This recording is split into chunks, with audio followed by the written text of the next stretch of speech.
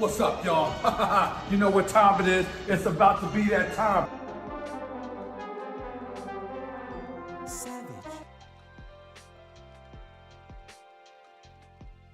What's up, everybody? We are here with the first ever Sword Summit, okay? Sword was introduced to us as an organization about 3.5 years ago, and I immediately ran with the topic of it.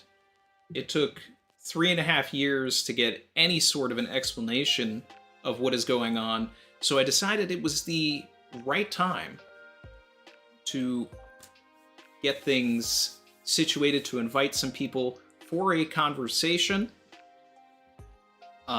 With me, I've got Threevil, who, fun fact, I was looking in the first collab that we did on the channel was exactly a year ago when we did our Theory for Theory.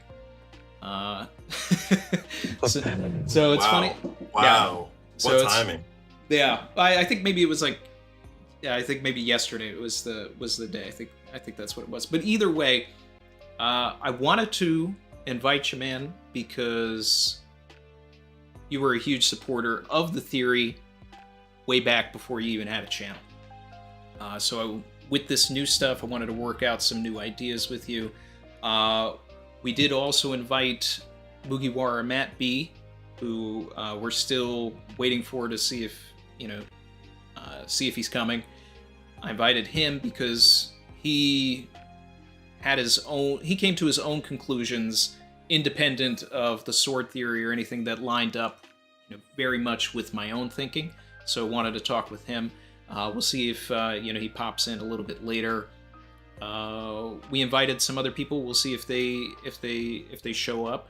And then we also have returning 2 weeks in a row, basically. That's got to be a record, right? I think. It is. My man Dak, we were cooking so much. We got to bring it back. We got to talk about all of this sword lore. What does this mean for the organization? What does this mean for individual theories? And here we are. We've got Garp greatness. It does seem like Garp, having some sort of an affiliation with Sword is going to be, another one for a lot of us. Finally getting some, really interesting Garp content in the first place. Garp has always been a very enigmatic character. He's always been somebody that seemed a little flip-floppy, which is why, from my perspective, I always said he has to be somebody outside of, the main government. Everything that's going on, he has to be separated from it because he hates the Celestial Dragons. And it just seems like he's trying to do something that is bigger than the sum of the parts. So if we can go back to Marineford, a year from now, or even maybe a couple of chapters from now, who knows which way Oda wants to go, and look at his decision to not save Ace as essentially, I can't, one, blow my cover, two, everything that I'm doing is unfortunately bigger than this. It's... Right. I almost want to get in... just finished The Last of Us, and I almost want to get into, content of, what happened in the finale of that and kind of tie it in here. But I'm not going to spoil anything. But it was just a, fun thought that I had there. And now, it's always seemed like Kuzan would be a part of this as well. And, his little Metal Gear Solid moment at the... in the middle of the chapter where, he's starting to explain everything, but he gets a big explanation point over his head, just seemed so very convenient for everything in a way that's yeah, you're talking about yourself here, buddy. But also, is he lying? Is he telling us the truth? Is he withholding things? Because there are some contradictions at play, which I do want to get into and I do want to address. But, let's start with some broad strokes, and I just, want to hear if you guys have anything to jump in with the recent news and everything. Yeah. First of all, extremely thankful and grateful to be here. Thank you, Randy Troy, for giving me the opportunity to, talk to everybody watching, and, Dak himself, glad to, be making content with you again too, of course. So I want to start with that. Yeah, Randy Troy's right. I did kind of spot like his sword theory like right away, like kind of back in the day at this point. And like obviously Randy's take was that Sword was gonna be working against the world government to a large degree. And like given 1080, off the viz, Aokiji's painting Sword to be a group that doesn't follow orders from the world government. And I feel like if Sword ever does end up directly against the world government, even in like a public view, that ignoring of orders would be a prerequisite anyways, if that makes sense. And I think Aokiji being the one that explained it to Blackbeard is kind of like the obvious, hey, like you have the member explaining it to the person, that way the person receiving the information won't assume it's that person, if that makes sense. It's kind of like making it really obvious that it's you to the point it's not you. Sorry if that's a bit weird. But yeah, I from my point of view, it just seems like, again, these guys are not following orders. They could go against the emperors if they won't, or they could go against emperors whether they have permission or not. It's just like, it seems to be like, all of this is a prerequisite for them to go against the world government to a much larger degree at some point. That's my TLDR. Yeah, no, I completely agree. And, it's funny because, the fact that Koby talks about it like it's such like a public and open thing, that's like the real shocking part, I think, to a lot of us, because we kind of assumed it was secret, right? And it's funny because, like, is Aokiji lying both about, like, maybe some of the elements of what he said? Like, who knows, maybe there's, like, some things he said, like, how much the government values them or something, maybe, like, being misleading on purpose. Or is he in it, right? Like, there's a lot of questions there. And Aokiji, I think, is just so hard to read that I really don't have many thoughts on that. But about Sword, something I do want to say is, it's... Garp knows a lot about big-time secrets, right? Like God Valley. Like, he's one of the only people who knows what happened there, right? And so whenever it comes to Sword, and Randy, I know you've been pushing I know the law is in Sword agenda, is one of your agendas, but I know the bigger one is Garp, right? Garp is in Sword, or created Sword, right? So, and so for me, I've been thinking, and I brought this up on Friday night. I was streaming with One Piece University, shout out to them, and I was kind of saying, like, Garp, he has a lot of leverage on the government because he knows about God Valley, right? He knows more than anyone that's in the government, probably, right? Like, that's the reason he won't join the Admirals, is like he knows he doesn't want to be under the Celestial Dragons because he knows how bad it really is. So whenever it comes to Sword, it's kind of like, I think Garp creating Sword is, even more valid than ever, because yes, it's public and like that's not what we thought, but that's like even more so a Garp vibe, because he just doesn't care, right? He's like, I have so much leverage, I'll just be brazen about it. I'm going to create this thing, and it's going to be, and in the future, it's probably going to be a thing where Sword becomes CP0. Like the new government will use Sword as like their I don't know what you want to call it, like police force. Not even that, just like they're going to go around and do good things in the world. The opposite of what CP0 is doing. Like, they'll focus more on Sword, and that'll be the main force, right? That's what I'm seeing. And so Garp I think Garp did create it because he's just so brazen. He's like, I'm just gonna have my own little thing going on, like Marine or world government. If you want to stop me, I dare you. Like, whatever. Like, I'll keep fighting pirates, but I'm gonna make this thing too. So I could see it. It actually seems a bit interesting when you look at like the, what could have triggered Sword versus what's going on right now, because like, some people might take the road, what if Ace dying was like the straw that broke the camel's back? What if that's what, you know, caused the creation of Sword? Well, if you look at what we're going through right now, we have all these Sword members on the same island, Pirate Island, obviously, and they're trying to save Koby. And Garp's like, oh, you know, Koby's like this little guy. I've been helping him out. I've been training him. I care about this kid. He's my Marine. I'm gonna go save him. It's almost like Garp learned his lesson from Ace. And like, yeah, I get Blackbeard's a pirate, and like you could go into that kind of, you know, confusionness, but it seems to me like Ace dying triggered Garp to create Sword and have like this whole agenda of like, you know what, I'm not really messing with the Marines are doing, and I'm not gonna let someone I care about die. So that's a cool little I guess parallel. Well, it's more so for me that Garp can get away with saving Koby in a way that he couldn't get away with saving Ace. And you know, the scene was brought up a lot from what I saw. Loyal. You know, essentially with, you know, just throughout the community and everything, everybody talking about when Sengoku, you know, holds Garp down, like, oh man, he would have killed Akainu. Like everybody was saying that. For me, that was always more, you know, especially if Sengoku is involved or, you know, privy to anything that, you know, is going on with Sword, you know, which seems likely with Corazon anyway.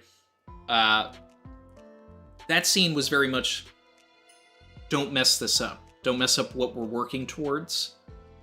You know, you're gonna blow everything.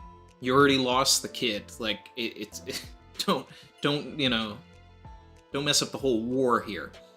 And the war being the war to take down the world government, to set things right. Because Sword in itself has to be an organization that is, when we get this, you know, very eventual civil war within the Marines, Sword will be the ones that we're lined up with, the good guys. And we'll still have the loyalists that will remain under Akainu, because I don't, you know, and we can get into the whole Hibari thing and all of that everybody has, you know, the theory based on the dialect that Hibari may be Akainu's daughter. But I don't see Akainu being Sword, and especially, like, if we have Koby in here, him being in Sword is like and probably a lot of the people being in Sword could be seen as like a retaliation of not being happy with the fact that Sakazuki became the fleet admiral. So it's like, here is my resignation.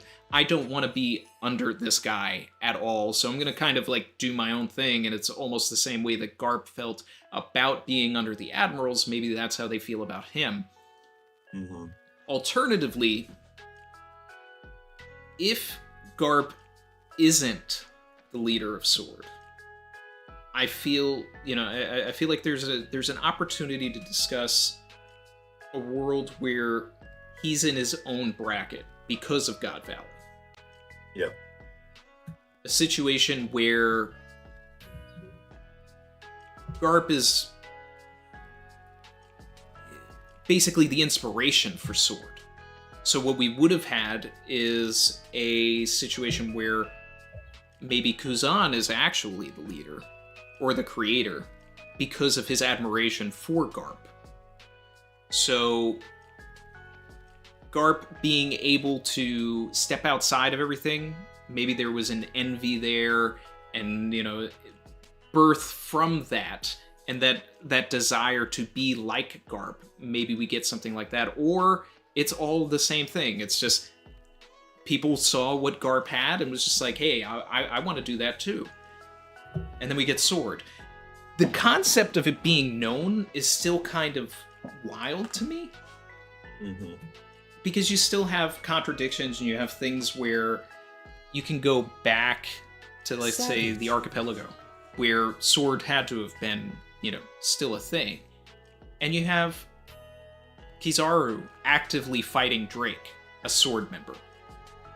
So if then it's where are we with these like varying degrees of Sword members? Because now we have, are there like deep cover Sword members that nobody knows about, but then we have public Sword members like Koby, but then Drake and Kuzan are, you know, kind of in this other thing that, like, maybe that's the Garp unit, and then the other thing is this public thing. I don't know. I'd love to hear your thoughts on that. I got thoughts. Oh, Oh, and, go and ahead. welcome Hard. Parvision.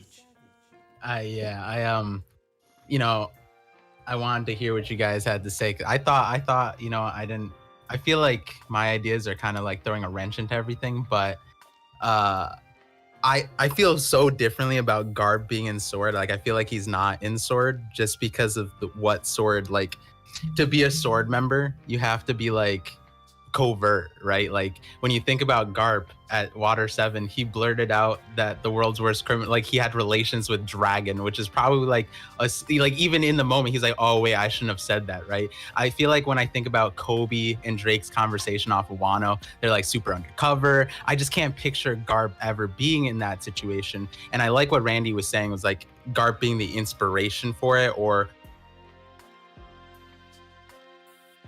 you know, at the end of the day, like if you think about it, like even without the label of Sword, Garp would do the same thing. Like Garp, no matter what, is just gonna do what he wants. It just so happens that it lines up with what Sword is doing.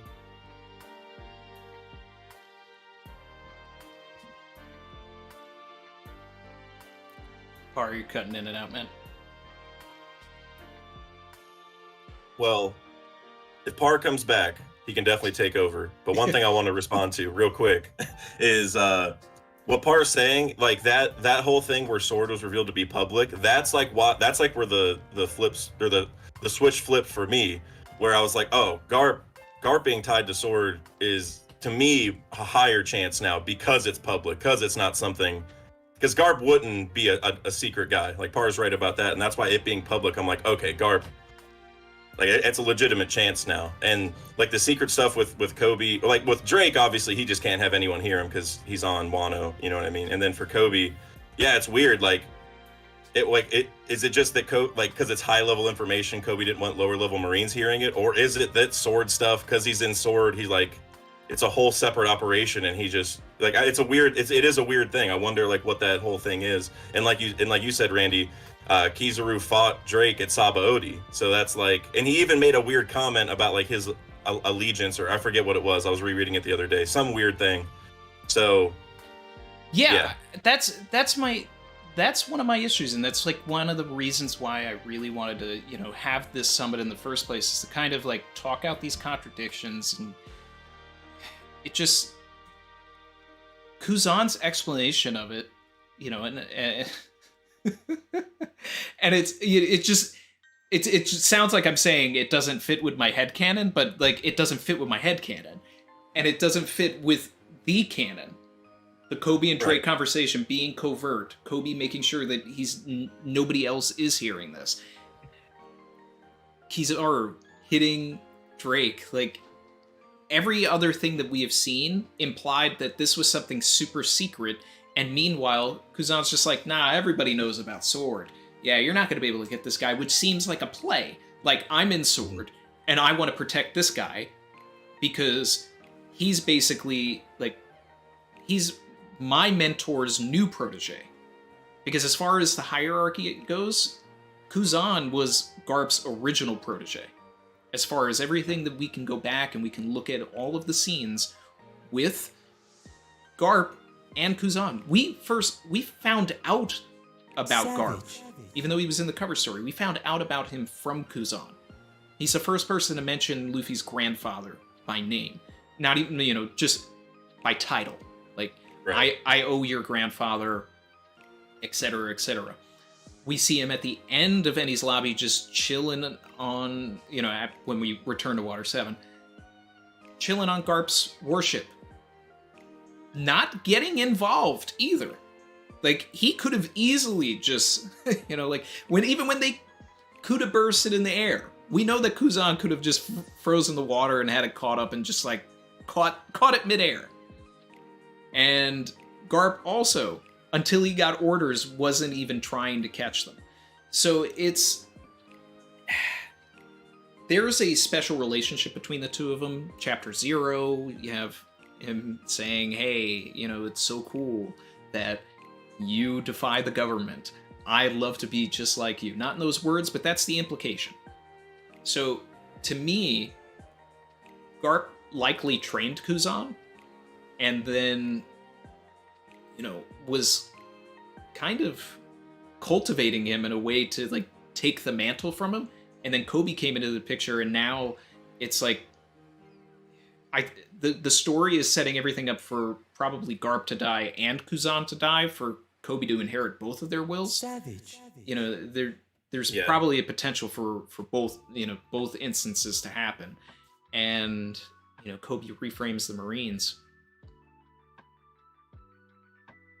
I can almost see it like a redo. Savage. Roger is Garp, Shanks is Aokiji, and Luffy is Koby, but it's like a much different form of that. But that might be where it is, where like Garp thought Aokiji was going to be the one, because we don't know what Roger said to Shanks. That's a good made point. him cry or whatever. So it could be a very similar parallel. I like what you were saying about like Garp blurting stuff out, like Dragon being the most wanted man, and oh, Luffy, you're the son. Because like I think that's actually very like Oda. You know, throughout the story, Oda will tend to make like this rule or like this pattern, and then he'll always have like this one item or this one character or this one like event or situation that like breaks the mold. It like breaks the rule. So like in this case, I feel like Sword is being shown as like the secret covert mission, this secret group that's, you know, they're not really following the world government, you know, they're trying to do their own thing.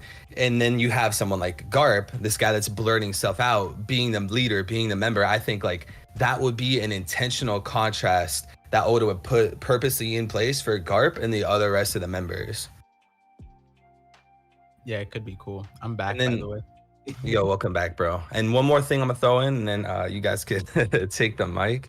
As far as like Garp being a member of Sword, there are like other little bits and pieces that you can use to like form the case. Because like one way of looking at it is like you had a whole bunch of Sword members get ready to go to Hachinosu, and now we see even more Sword members on Hachinosu. To me, it seems like Oda is ramping up a Sword versus Blackbeard pirates kind of conflict right now in Hachinosu, and he's saving the leader, he's saving Garp, he's like you know, protecting like this banger, you know, reveal probably towards the middle of the fight, end of the fight, something like that. Because I mean, it just seems to be he's intentionally saying like, hey guys, look, sword member, just for like him to not be a member. That does seem strange. Mm-hmm. Yeah, I mean, especially with him coming in at the end, like it's just it feeds my agenda so much. I just love 1080. I love 1080. Such a good chapter. So good. Before we get into some things, I want to run through some of these super chats here. We had Grizzly Adams, who said, "Warlords, Admirals, Emperors, Rocks, and now Sword. Silhouette lore drops always mean hype." Referring to the Kuzan page where we see all of the silhouettes. With Bruce's long billed hat. Yep. And then there's someone above Bruce that kind of looks like Law. Kind of does. And, well, hey, there's a reason that Blackbeard is fighting Law right now, and all the Sword is on Blackbeard's island. You know what I'm saying? Like, there's a reason all these pieces are lined up. I've been saying for months now that all of the pieces were coming together, and all of these characters were headed into the same place for some reason, and it can't be coincidence. Oda's setting it up. I'm just saying. He's throwing the alley-oop. Caleb Brown, member for 9 months, said, y'all think Kuzan could be lying to Blackbeard about Sword? We did get a little bit into that, and I'm sure we will get even more into that, as everything goes on. Peter Falk, Garp's role in Sword may be undercover. When he recruited Helmeppo and Hibari, he was asked if he had clearance to engage with a Yonko. Sword doesn't need those permissions. So that's one of the reasons why, I'm entertaining the idea that Garp is the inspiration for Sword and maybe the secret leader. Maybe it's not as known, but I mean, it doesn't make sense for me where you have Koby and Helmeppo, his two proteges, but he's not in Sword. And then now we have Suru's granddaughter. It's just like Suru, in my opinion, has always been Sword because Drake is in Sword, and Suru is the one that found Drake during Law's flashback. So having the reveal that her granddaughter is Sword just continues to perpetuate the thoughts that like some of these like OGs in the in the government and everything, like they have to be. Real quick, I just want to throw this in there. I feel like as far as Kuzan talking to Blackbeard about Sword, the way I feel about it, and I suppose, there could be room for error. I feel as if Aokiji is aware of this secret covert group, but he's not telling Blackbeard like the full picture. Because when you look at how he's speaking to Blackbeard, he's saying like, yeah, it's this small little group of people. It's more on the secretive side, and what their goal is to just make their own decisions. They don't listen to the orders. And to me, that's again like that sounds like it's smaller than what it probably actually is. Like Sword probably does have these missions and has like this overall goal to like attack and like go forward and cause issues for the world government, but Aokiji's like playing it safe. He's playing it low, that way he's protecting his group. And I'm pretty sure, Randy, you said something very similar to that. He's just like barely telling Blackbeard enough to keep his his clique like safe.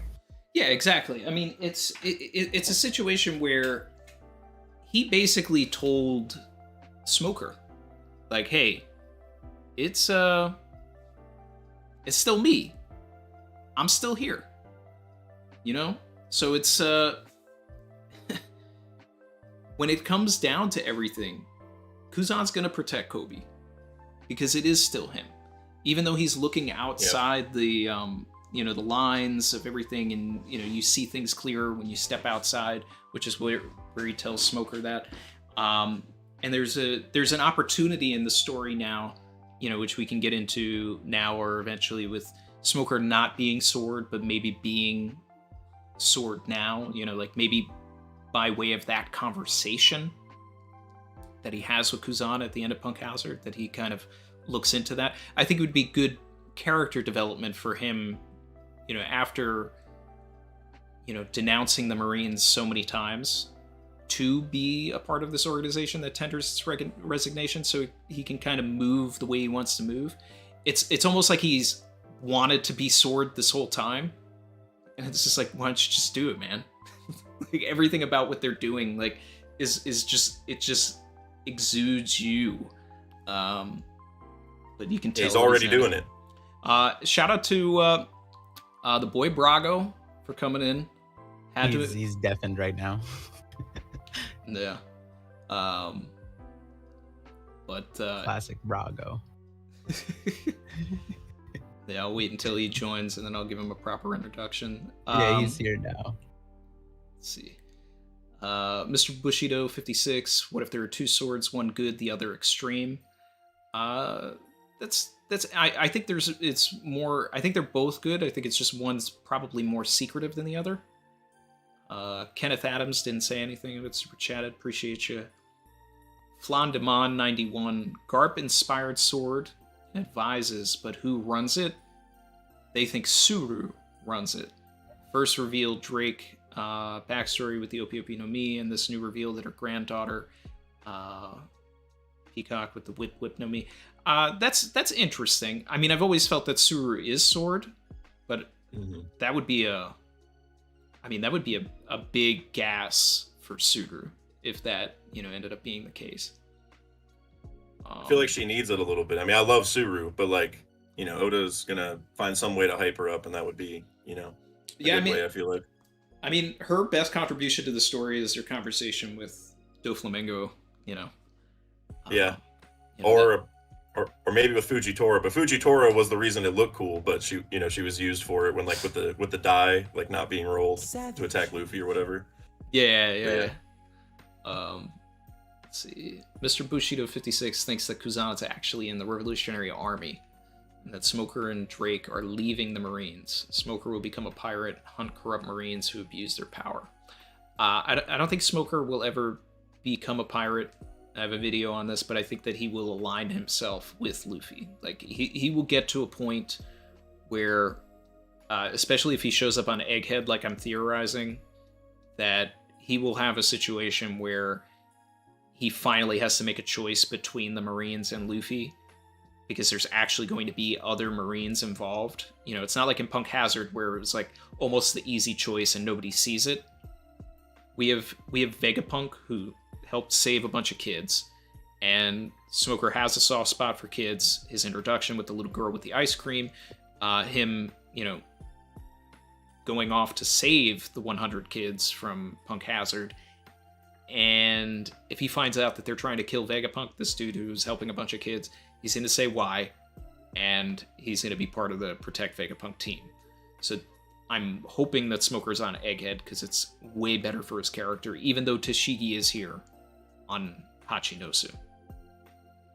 I think it's really interesting that Mr. Bushido was like speculating on Aokiji being in the Revs, because like it seems to me like there's room for Sword and Revs to maybe even work together, maybe pass information back and forth. So even like, let's just say hypothetically, Aokiji was a member of Sword. I think that doesn't necessarily mean he can't talk to Dragon, or he can't talk to the Revs, or even have a relationship with the Revs. I think like you can have both at the same time can be true for Aokiji here.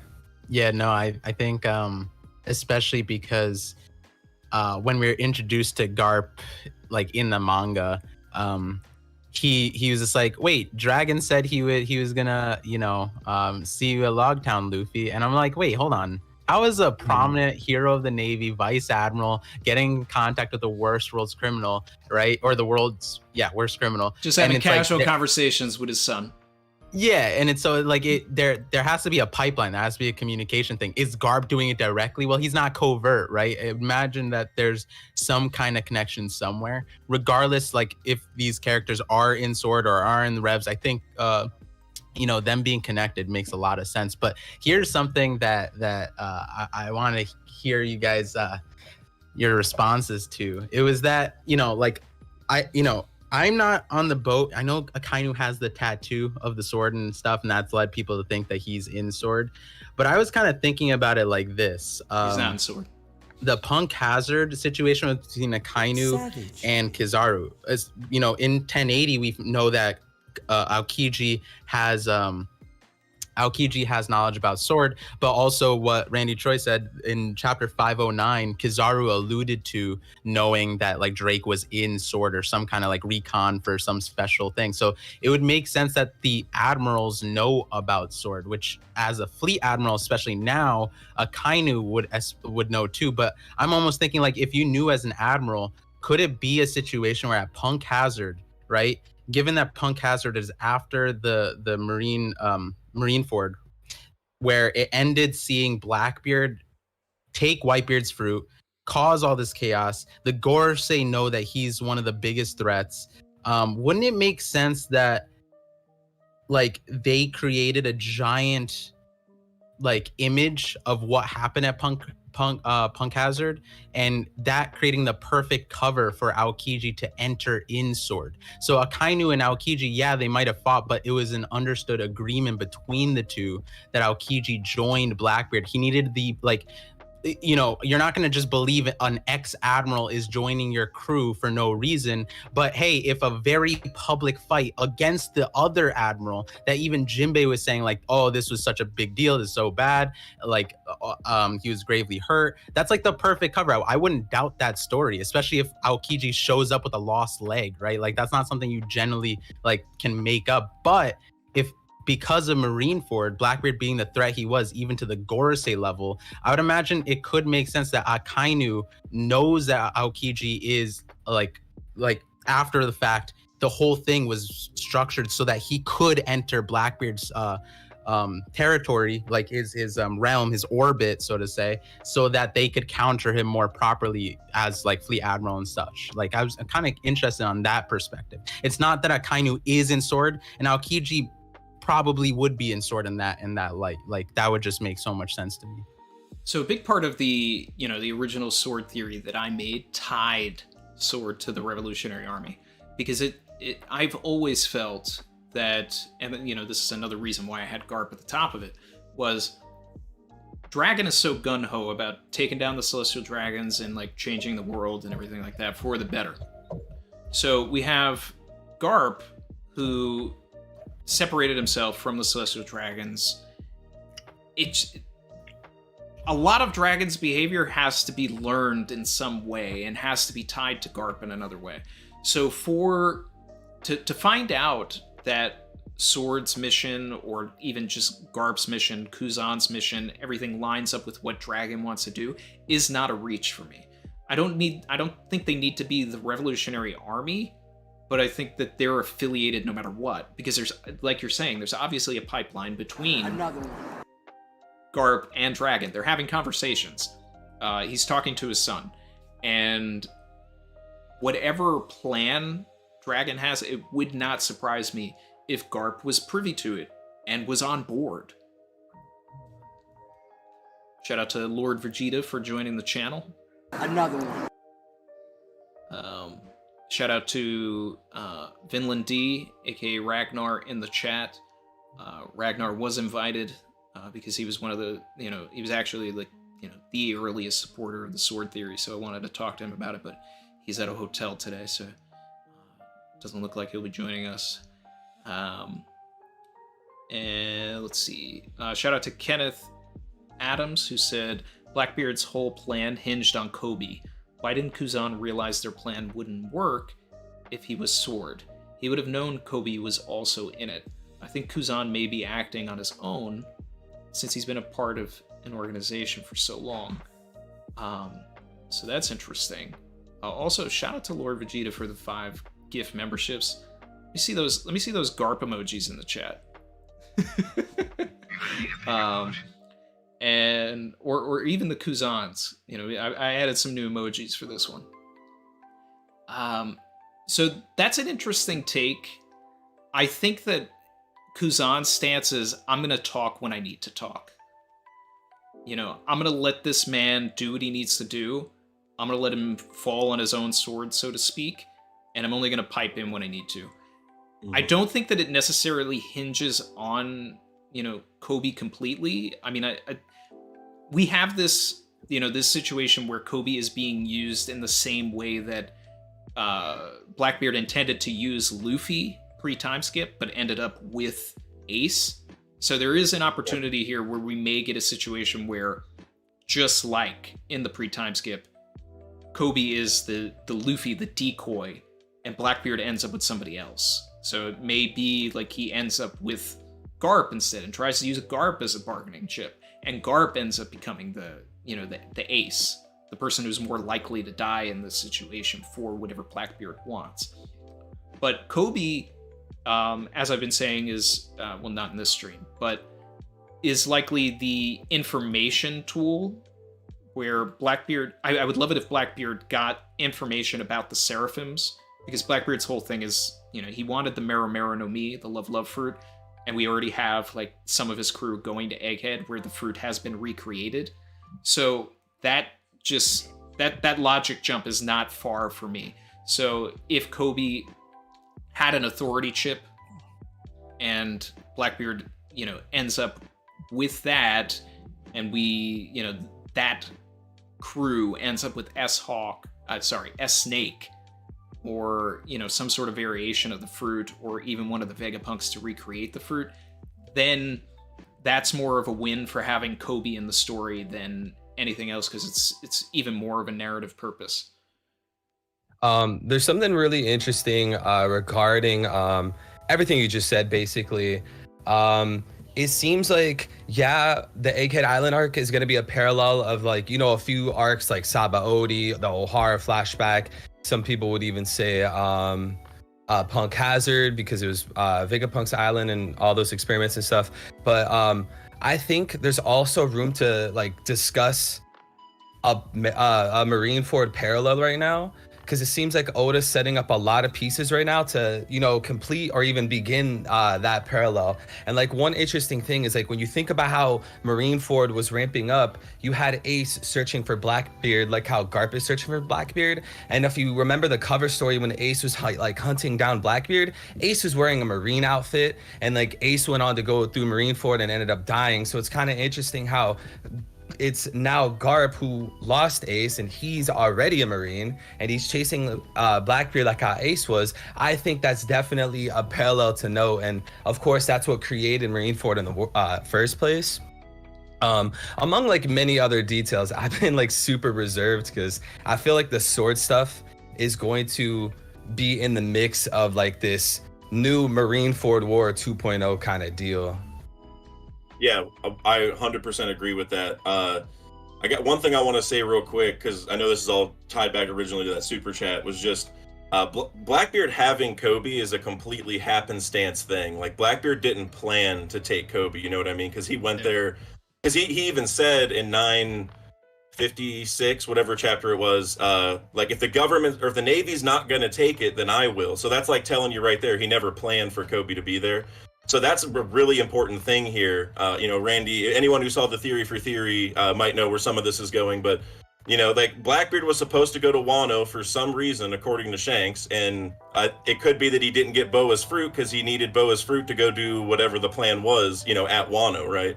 And so if he didn't get that, so he couldn't finish that plan off, then he just, all he did was take Koby, hopefully to leverage that so he can still figure it out, which is probably what's happening at Egghead, right? Whether he's, you know, using Koby to control the Seraphim, just trade him for a Stella, whatever, you know, whatever ends up happening there. And then Threevil, what you said about the Marineford parallels, I 100% agree. It's an inversion of it, right? To many degrees, where it's Marine coming to save another Marine from pirates instead of a pirate coming to save a pirate from Marines. And even as far as like the Impel Down breakout goes, that's how this whole thing started, right? Koby got captured and then broke out everyone else, right? That's what's going on. Now, obviously, that's not the same level as Impel Down. I think we are going to get an Impel Down 2.0 eventually, but at least for now, that parallel of like Marines or just people leaving pirate captivity like they left Marine captivity and Impel Down is even fulfilled. So now the question is, how far does that parallel go, right? Is Garp is the Whitebeard in this situation? Is he going to end up dying?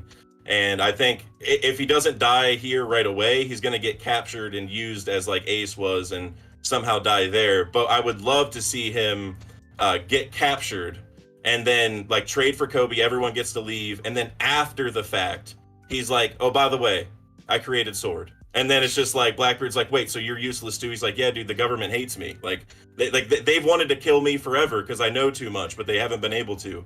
And it's like a whole thing where Blackbeard's like, okay, so I'm not going to get anything for you. It could be a really funny, you know, situation. It would like show how, you know, smart Garp really is, I guess. But if Garp is Whitebeard in this situation and Koby is, I mean, I don't think Koby is Ace, so I feel like Koby is the first part, you know, in the way that Blackbeard was chasing after Luffy after Jaya, and then, you know, after Impel Down, he was just like, oh, I found somebody else. Like, yeah. Koby is a means to an end, so then maybe there is if Garp is Whitebeard, maybe there's an Ace. You know, maybe Aokiji's Ace. Aokiji. Oh, wow. Shout out to the boy Brago. What's happening? Discord wasn't messing with me earlier. How y'all doing? Good, man. Happy to have you here, man. You know, as one of the earliest supporters of my thoughts on Sword. You know, I wanted to... Sword. Oh, yeah. Off of this chapter, the recent chapter, I should say. You still think Law is in Sword? I know that they've been in like a silhouette floating around. That kind of looks like Law. Yeah, there is a silhouette that starts looking... I still feel like it's on the table. I don't feel like there's anything that debunks it necessarily. Yeah. I mean, first of all, you know, and shout out to Chrissy for coming in and pointing this out during the chapter, but it's like one of the key requisites of being in Sword is you don't need authorization to go up against emperors. And, you know, what's the first thing post time skip that Law, you know, says to Luffy, like, hey, let's go take down some emperors. Now, I mean, that's very, you know, pirate-like activity for sure, but I mean, it just lines up with everything. We have Blackbeard fighting him at Winter's Island. It's very likely that Blackbeard is pulling up to Hachinosu with Law in tow, which is going to put all of these people in the same place. If he is not Sword, he is still going to partner once again with Sword members. Because if he was the mastermind of the Rocky Port incident, which we now know a little bit more, you know, information about, that means that Law, you know, assuming that what they're, you know, based on the translations, that Rocky Port is Hachinosu, it's a port on Hachinosu. That means that Law and Koby were here before, which ties into everything with now Wang Zhi, which is like, he was a when you look at the real story of Wang Jun in the first place, Wang Ji, is he was a Chinese-born pirate that was executed as a Japanese pirate, and he was basically used by the governments at the time to kill other pirates for them. He was a warlord. A warlord? He was a Shichibukai in real life. Okay. So whatever this was, it has to do with that position. So I still feel like the Rocky Port incident is where Law got his 100 hearts to become a warlord, and that the whole thing was masterminded so that he could get that position, in the same way that Blackbeard was masterminding, everything pre-time skip to get his position, to get what he wanted. And if that was, some sort of a big brain sword plan as well, then, hey, let's just keep putting hats on hats. But I also feel like Kuzan had to have been a part of Rocky Port, because it just makes so much sense to me if that's where this alliance with Blackbeard started. It's also going back, just building on top of things and top of things on top of things. At Punk Hazard, you have all of these Impel Down prisoners frozen in the ice. And if that was something that Law and Kuzan worked together on, like, it's a panel that people forget about, but it's this double-page spread of a bunch of Impel Down prisoners frozen in Punk Hazard. So I think the level 6 prisoners went and flew under Wang Zhi's banner after the time skip. The scene where Sengoku is talking to Brand New, and it's just like, hey, everything is, crazy. I know we just had Marineford, but by the way, like, 100 level 6 prisoners are on the loose. If they went to Pirate Island, which now, knowing that Rocky Port is Pirate Island, that makes a lot of sense. Mm-hmm. They shack up with Wang Zhi. This becomes a problem for the government, because now this dude who runs Pirate Island just got 100 of the worst pirates. Sword sets up a whole situation to figure that out, because maybe he also had slaves like Blackbeard does now, which is just crazy. So Koby is working to save the slaves. You have Law and potentially Kuzan working together to freeze maybe a bunch of these pirates, and then Law's taking the hearts. But Blackbeard is in the wings because he wants this island in the first place, and that's when things get crazy. And whatever happens, this is the opportunity where Kuzan, in whatever way, gets into Blackbeard's good graces. Like, the interesting thing about, like, 1080 to me, like, one of, like, the key points is, like, Blackbeard's, like, straight up dialogue, right? He says himself that he wants to turn a pirate island into a pirate country, and then Kobe's, like, downplaying it, saying it would never happen because the world government wouldn't allow a country of pirates to exist.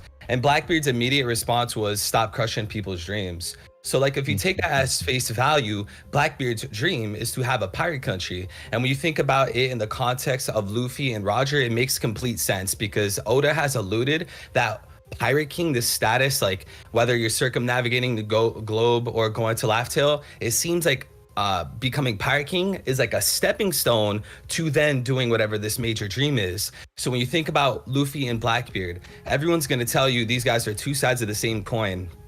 So wouldn't it be interesting if Blackbeard in 1080 admits that his dream is to have a pirate country, and Luffy's like the same case? But the interesting contrast that I would anticipate for that is that Blackbeard's pirate country would be overran by criminals, and Luffy's pirate country would just be overran by happy people that enjoy freedom. And that's like one of my keynotes for 1080, because it just, like, Blackbeard just straight up says, like, it's his dream. And, like, it's just really interesting to me how we have Sword, hitting the island, and, like, this is the specific location that Blackbeard's trying to make a pirate country. And then, like, when you just, like, seriously, all of this is, like, straight up Blackbeard's dialogue, and he even says, like, I want to make this island a pirate country, but they won't let me. And we're as readers, we're all wondering, like, why would he want to make this a country? It doesn't really make sense that it would have to do with the Reverie, because Blackbeard has a bounty. He's a Yonko anyways, so, like, I don't think they're gonna allow him in the Reverie. just because he's a king of Hachinosu. I think it's more so because, as he said, running a pirate country is the end to his dream, and becoming a pirate king is a stepping stone, because every pirate country needs their pirate king. And I'm so sorry for going off on this tangent. I just really wanted to throw this out there, bro. That's an interesting perspective, too. I would just say, like you said, Luffy and Blackbeard, two sides of the same coin. It's kind of interesting because Blackbeard, he wants essentially this pirate country, right, which is essentially freedom for pirates. For Luffy's perspective, where he wants freedom as well, would it look much different than Blackbeard's if Luffy wants everybody to be free? So how I think of it is like, this might sound biased, I swear I'm not, but like, I think of like America, right? You know, as a US citizen, you're free to do whatever, but the moment you break the law or you harm someone, then like law enforcement will get on you for that. But if Blackbeard had his own country, I feel like he wouldn't even care. Like if people were getting killed and, getting robbed, he wouldn't care. But Luffy's like, look, I call it a pirate country, but to you, it's a free country. I'm the pirate king, but to you, to myself, I'm the most free man. Which then kind of bounces off the whole idea of pirate country being free country. But anyways, I would just say like Blackbeard would just straight up not even care about crime. He would allow the crime through freedom, but Luffy would not allow crime through freedom, if that makes sense. So Luffy would allow the Marines to represent, I guess. Shout out to Artur for coming in. Hello. Appreciate you, man. Hope it's okay if I drop by a little bit here. Absolutely. Open door sword summit.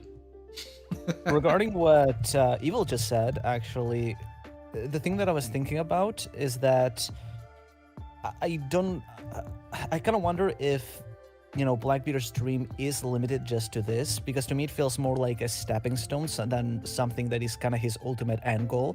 So maybe like becoming king of his own country is like prior to becoming king of the world or something like that. But if we could parallel it with Luffy, like we said, then I think that kind of what comes to mind to me is kind of the whole idea of Joy Boy and the, immense kingdom of the Void Century, where, a lot of what has been sort of implied, even though not confirmed about this immense kingdom, is that it was, it was an immense kingdom because it was more like a big alliance, it was something that like a lot of like tribes and a lot of different kingdoms and countries seemed to be kind of part of. And it's more of like kind of like a friendship and an alliance in a sense. I mean, like even the term nakama was used with Zunishan's Joy Boy, So I kind of wonder if Luffy's idea of a country, it's more just like this global like group of friends or something like that, more than something specific like a singular island, right? Which kind of would clash with Blackbeard's vision of that. I mean, if you look at Emu, right? I think it's more so on the safe side to call Emu the king of the world. And while Emu like running this whole thing, Emu still has their own island, their own country, right? Their own home place. So I feel as if Blackbeard wanted to run the globe just like Emu, he would have his own Marie-Joie, but his Marie-Joie, the pirate Marie-Joie. Well, I think he'd want Marie-Joie. I think Blackbeard wants Marie-Joie. Yeah. I think something else like Artur is saying, if you paralleled it to Luffy in, 1060, he said like, he has this dream and Pirate King is technically just the easiest way to achieve that dream. So, in the same light, like Blackbeard could be doing it in a different way, but like there's that ultimate dream that's beyond this thing. And so it seems like whatever they're reaching for, the end goal of Pirate King is just the easiest way to get it, right? That's kind of so my thing with all of this is the way it was worded in Japanese, I feel kind of give the idea that it's something so complex or difficult that only by being Pirate King like could you like do something like that, right? Only by achieving a position like that. But it is worded so vaguely that we really don't know the details of it, and if there's like more to that stuff. I think like it's specifically Pirate King that, because remember Roger, he was like, I'm gonna circumnavigate the globe and then I'll be able to. Luffy did the same thing. I'm gonna become Pirate King and then I'll be able to. It seems like you need Pirate King specifically to accomplish this dream. So that's why to me it makes sense that Blackbeard said he wanted a pirate country, because I feel if there's an island in the world that was a pirate country, the king would be the Pirate King. So I think that's why it's so important that you need to become pirate king for this dream first, because how do you have a pirate country without the pirate king? And like this most free man in the world would be able to then create the pirate country, and he's just so strong with this pirate country, he just takes over the world. That's exactly what Emu did. Remember, he migrated everyone to one location, Marijua, and then just dominated the entire planet. So like, I do agree there's plenty of room for Blackbeard to want to become king of the world, of course, but I think, you know, he'd have a home base, right? So that seems like that seems to be the reason why he wants to turn this island into a pirate country. The crazy thing for me is that he's doing this after the Reverie. You know, everything that he did pre-time skip, you know, moved everything in a way to, you know, in a very complex way to get the pieces that he wanted, the crew that he wanted, the fruit that he wanted, everything like that. He wants to make Pirate Island a recognized state. If this was before a Reverie, the layup theory would be, okay, he wants to go to the Reverie because he wants to get invited to Marijoa because he needs something at Marijoa. And it's like, if he becomes a state within the world government, what access is he getting to at that point? He became a warlord to get access to Impel Down. If he gets, the status for Hachinosu, what is that getting access to for him, and what does he want? I mean, I think that Randy makes an excellent point here, because we have to look at not even necessarily the parallel, but literally the modus operandi of how Blackbeard works. And we saw pre-timeskip that Blackbeard's entire reason to become a Shichibukai was literally just to get into Impel Down and going with his crew with some of the strongest pirates there are. It's always for a reason. So here as well, he's obviously trying to look for something. He's trying to look for an access for something, and that's probably where we should place our, thought process on. But what exactly could it be? Because like you said, the Reverie is over, right? It's like, if it gets recognized, what access does he have, right? It's not like sneaking in Marijoa like could have worked like that. Or at least, sorry, go on. Sorry, I apologize. Go on. No, don't worry. It's just, it's kind of complicated to think about, but I didn't have anything else to say. You go ahead. I think there are definitely advantages. Sorry, I'll like TLDR this. I think there are some advantages if he had a pirate country. I'd imagine, he's obviously still trying to get to Laugh Tale, get the One Piece. If he does manage to become pirate king and this whole world knows like, oh, Blackbeard, wealth, fame, power, and he has his own pirate country, sheesh, I should really go live there. And then like, I feel like Blackbeard, through having a pirate country, would cultivate a super strong, powerful force where everyone around the globe knows you can go to Hachinosu, this pirate country, and the pirate king, he'll take you in and bring him in, he'll bring you into the force, almost like what Kaido was doing in Wano. How Kaido had all those slaves and he was making all these weapons and he was bolstering his army. I feel like being the pirate king at a pirate country, you could easily bolster an army and everyone's gonna want to join you. But I think Blackbeard, if he becomes pirate king, regardless, people want to join him, right? Regardless of where he is. Like people were trying to join Luffy. They thought it was Luffy at Sabaody. That's the thing. It's like, so you would need a country to do that at. Yeah, but the thing is that I feel Hachinosu already is a pirate country in a sense. Right. I feel like what Blackbeard wants more here is for it to be recognized by the government. Even if the government doesn't recognize him, he can still like build his own dictatorship there without problem. So I don't think it's so much the side of building a country, but it's the fact that the government acknowledges. And like Randy said, what options does that open for Blackbeard? Maybe the Marines don't bother him as much, but I don't think it's something like that like Mihawk would. I do think there has to be some specific purpose. Technically, the emperors, they're already kings of their own countries anyway, right? Like Big Mom, she's the queen of Whole Cake Island. Yeah, exactly. And also with something that's kind of interesting is being part of the world government doesn't necessarily give him the protections we might think, right? Because the only reason why Doflamingo had those protections is because he was a celestial dragon and he had information and connection with CP0. He could cover up a lot, but even in the crocodile situation, it's not like the world government would have backed it had they known. He had everything covert, right? If you're a part of a kingdom and you commit crimes, they'll still send admirals, but unless you're Doflamingo tied up to everything, then it's a little different. So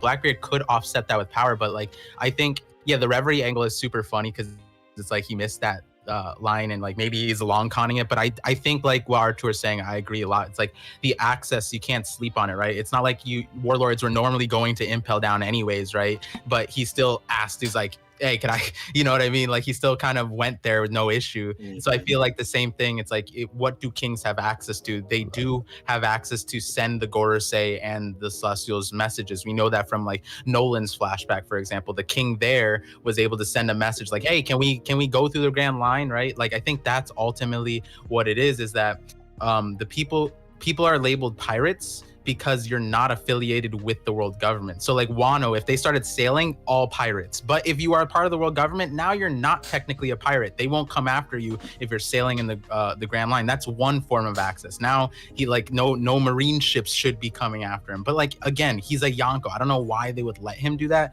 But if you put that into perspective, then the only thing that really does make sense is like Blackbeard just wants access to the Red Line, to Mare Joie in some way. And, you know, the national treasure that Dofi was talking about, whether he knows about Eam, that's another thing. Yeah. Or if there's something else, like, you know, we saw that he is like hoarding slaves on his place. So like maybe that's another connection here. Like there's so many different routes of, oh, and another thing is, you know, he's hunting devil fruits, and apparently the Celestial Dragon just play around with devil fruits. They just feed them to random people for fun, right? So maybe he's just like, yo, the cream of the crop is there. They have.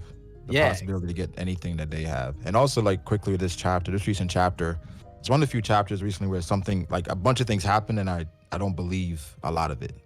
Like with what Aokiji said about Sword, it's like I believe it, but I'm like, is that the entire truth?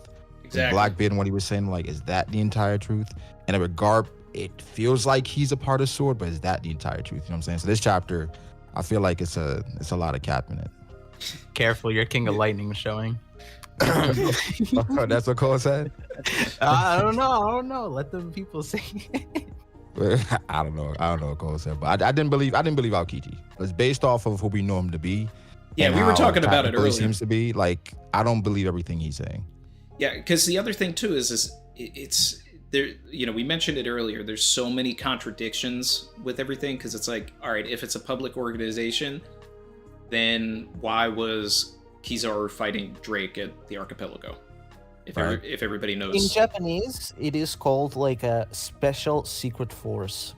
So the fact that it has secret in it, it does kind of make it seem like it is generally undercover. Yeah, that's how it was you know, mentioned to us. But then Kuzan comes in and is just like, oh, everybody knows about Sword. That was the implication that I was getting in that chapter. It could be that either like it's secret in general to most Marines, but like some of the high-ranking guys do know it. Maybe Kizaru was just playing along or something like that. Or alternatively, it is like completely secret, but Kuzan got like the info from somewhere else, working in the underworld or something. I think he was using this to kind of get Koby throw Koby a lifeline a little bit. That's true. That's as well, yeah. I agree. But then also like, him saying Koby isn't that valuable, that could backfire because Blackbeard could be like, okay, well, let's just kill him. You know, so it's just like, what was Kuzan trying to do in this situation? So, I agree with Arthur. I think he had that. Is there a double collab there? What's up, Jay? Yeah, I was going to say. Yeah, it's a double collab. Let's just chilling on the couch. Yeah. Is that Laz in the back? Yo, pull up a chair, man. What you doing over there? I'm not gonna lie, the way you joined was a little sad. You just leaning back like one of your French girls in the back, bro. Oh, you gotta chill. Where you at? He's saying I got that. That's me. I don't want to interrupt. What's the topic? What we chatting on? We're talking if Kuzan's lying in 1080. He's, you know, telling the whole truth right now about Sword. Oh, it probably is. I think he's telling the truth. The whole truth and nothing but the truth? The entire truth? It's a little weird. I think it's just one of those things of what he's saying is the truth, but there's a hidden meaning behind it, right? Yeah. 'Cause I still think he's a part of Sword, but at the end of the day, I think him telling the truth to Blackbeard is still within his goals. Like, as long as everything's within his goals, he'll still tell the truth. It's kind of the truth about it, but it's like, I think what's dismissed is how important Koby really is. He's trying to downplay that.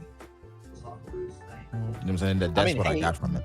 I didn't say I'm not part of Sword, you know, like. Right. Mm-hmm. But everything described is kind of like how he is. Yeah. Exactly. It would make sense if it is completely top secret, and even someone like Kizaru wouldn't know, but Kuzan would know because he is part of Sword. He's a part of it. Exactly. But then he's playing. Exactly. He's playing with fire, man. Blackbeard, he's acting like, what? What are you talking about? Blackbeard I doesn't think trust him, I feel. he already No, said but it. Blackbeard didn't say anything though. Speak of it. Blackbeard already of, said he like, doesn't trust Aokiji. Exactly. Hey, think about it like when, like, you know, your phone goes missing and the person who stole it explains to you like, oh, I'll help you find your phone. Like, that's how I interpret like the Kuzan situation, explaining to Blackbeard. Like, he in his mind, he's like, if I tell you what Sword is, you probably won't even question that I'm in Sword. Yeah. I think Blackbeard is like whatever Kuzan says. It's like I don't know, because even when he said, he was like, yeah, but I'm gonna do what I wanted to do anyway. So You have a point. Look at how wasn't it Burgess that was already having suspicions about Aokiji? Yes. I think you should. Like, it's a Marine and Admiral coming over. It's gonna be there no matter what. So it's You have a point. Kuzan probably sure. has like some covert reason for wanting to join like Blackbeard. Like maybe it's like I want to take revenge. it's to against take him Akainu. down. I think he understands that Blackbeard is a major threat. I think they all do. No, but I mean like a pretense reason for Blackbeard believing him. Like, oh, I want to take revenge against Akainu, right? So I want to join you, Blackbeard, or something like that. Oh, okay. The reason he told him he wanted to join. But obviously, I think we're all in agreement that he has Yeah. like some reason. Yeah. I think was it Punk Hazard? Yeah. smoker? Said, I'm still myself. He's still himself. So no matter Yeah. what, Yep. like he's still him. That's still me. And that's all they're telling us very clearly that like, yeah, obviously. Like it's BS regardless of what you. That's think why he's he's always going to protect Koby over, aligning with Blackbeard. So it's like, even if he is telling him stuff that is completely untrue, he's going to protect Koby before he's going to, give We don't Blackbeard think away. Kuzan is at Hachinosuda, right? I would love it if he No. is. I don't. I don't No, think he's. Egghead. I think he's going to Egghead. I agree with Egghead for Egghead. sure. Ohara. If he for was sure. there though, him. I'm If he was 50-50. there, I'm 50-50. he would have to take out Garp if he was there. I mean, you have to keep in That'd be mind, tough. in the last chapter 1080, they were like, oh my god, how do we stop these people? Kuzan is the Right. guy that could stop them in an instant. For sure. Yeah, I but don't think he's there. he's also the island. he's also the perfect person to kill them, and then 800 chapters later we find They're out still the alive. person's still alive. So But, it's a perfect cover up. We could have a There's still Kuzan and people- Kizaru meeting in Egghead though. Yeah, that would be Yeah, really cool. there's a lot of reasons for Kuzan being an Egghead for And sure. this could be time for Oda to kind of prove how important Shiryu is going to be going forward. Well, one of them is gonna, unless the fight gets interrupted, someone is gonna have to lose. And I feel like It has someone to be like Garp, I feel like Garp has been played up so much, being the hero of the Marines, being the grandfather, the main character. Like, there's been way too much investment in Garp for him to lose to like Shiryu and But the Vasco thing is, Shai. something that's apparent as well is like it's not his age anymore, right? Where like he's kind of rearing the new guys. Where Koby is that for him. Aokiji used to be that, and so I think Garp goes out in glory here, but he saves everybody else, right? Koby gets saved, the other sword members get saved, and he gets captured. And that kind of gives Blackbeard the leverage he needs to negotiate against the Marines or the Navy, where it's like, yo, I got the hero of the Marines. What you gonna do? So If it's not Blackbeard coming to the island, though, who can realistically even stop Garp, especially after that last chapter? we No one don't can know how stop strong. We don't know how strong Shiryu is. I don't Come think on, Shiryu's gonna be dude, played dog. up to Garp level though. Shiryu's not gonna. I mean, I don't know. It's just I don't my know. own personal opinion. But Because it's multiple commanders there. I don't know how much Garp has in the tank. It's tough. It's tough. Yeah, but My perspective right now, like Jay, I it's not haven't my brought birthday. Bogart.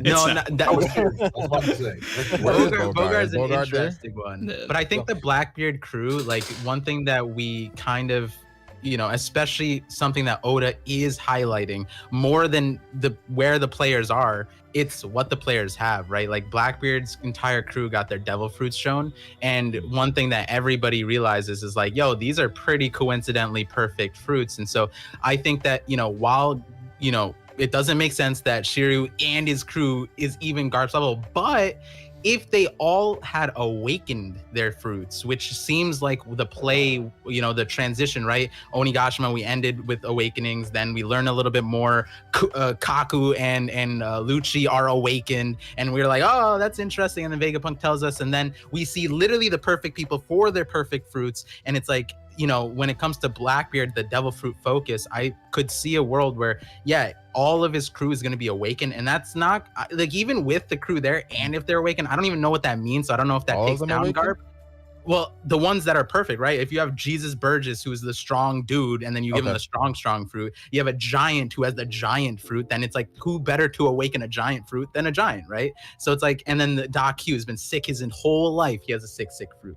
Every person seems to have like a perfect synergy with their fruit. It may not be all of them, but like the ones that like I just mentioned. And so the other side of it too is, the one caveat to all of this is like, Blackbeard's off the island, but all it takes kind of is like one phone call to Van Augur and be like, hey, like, we have a situation here. And then he was able, in his introduction, he shot a bird that no one could see, right? Like that's kind of crazy. So if you add the warp fruit to that, can he warp to places? Can he jump drive Blackbeard back to Hachinosu? So do we think like the other commanders there can't stop the others to the point that Garp gets captured?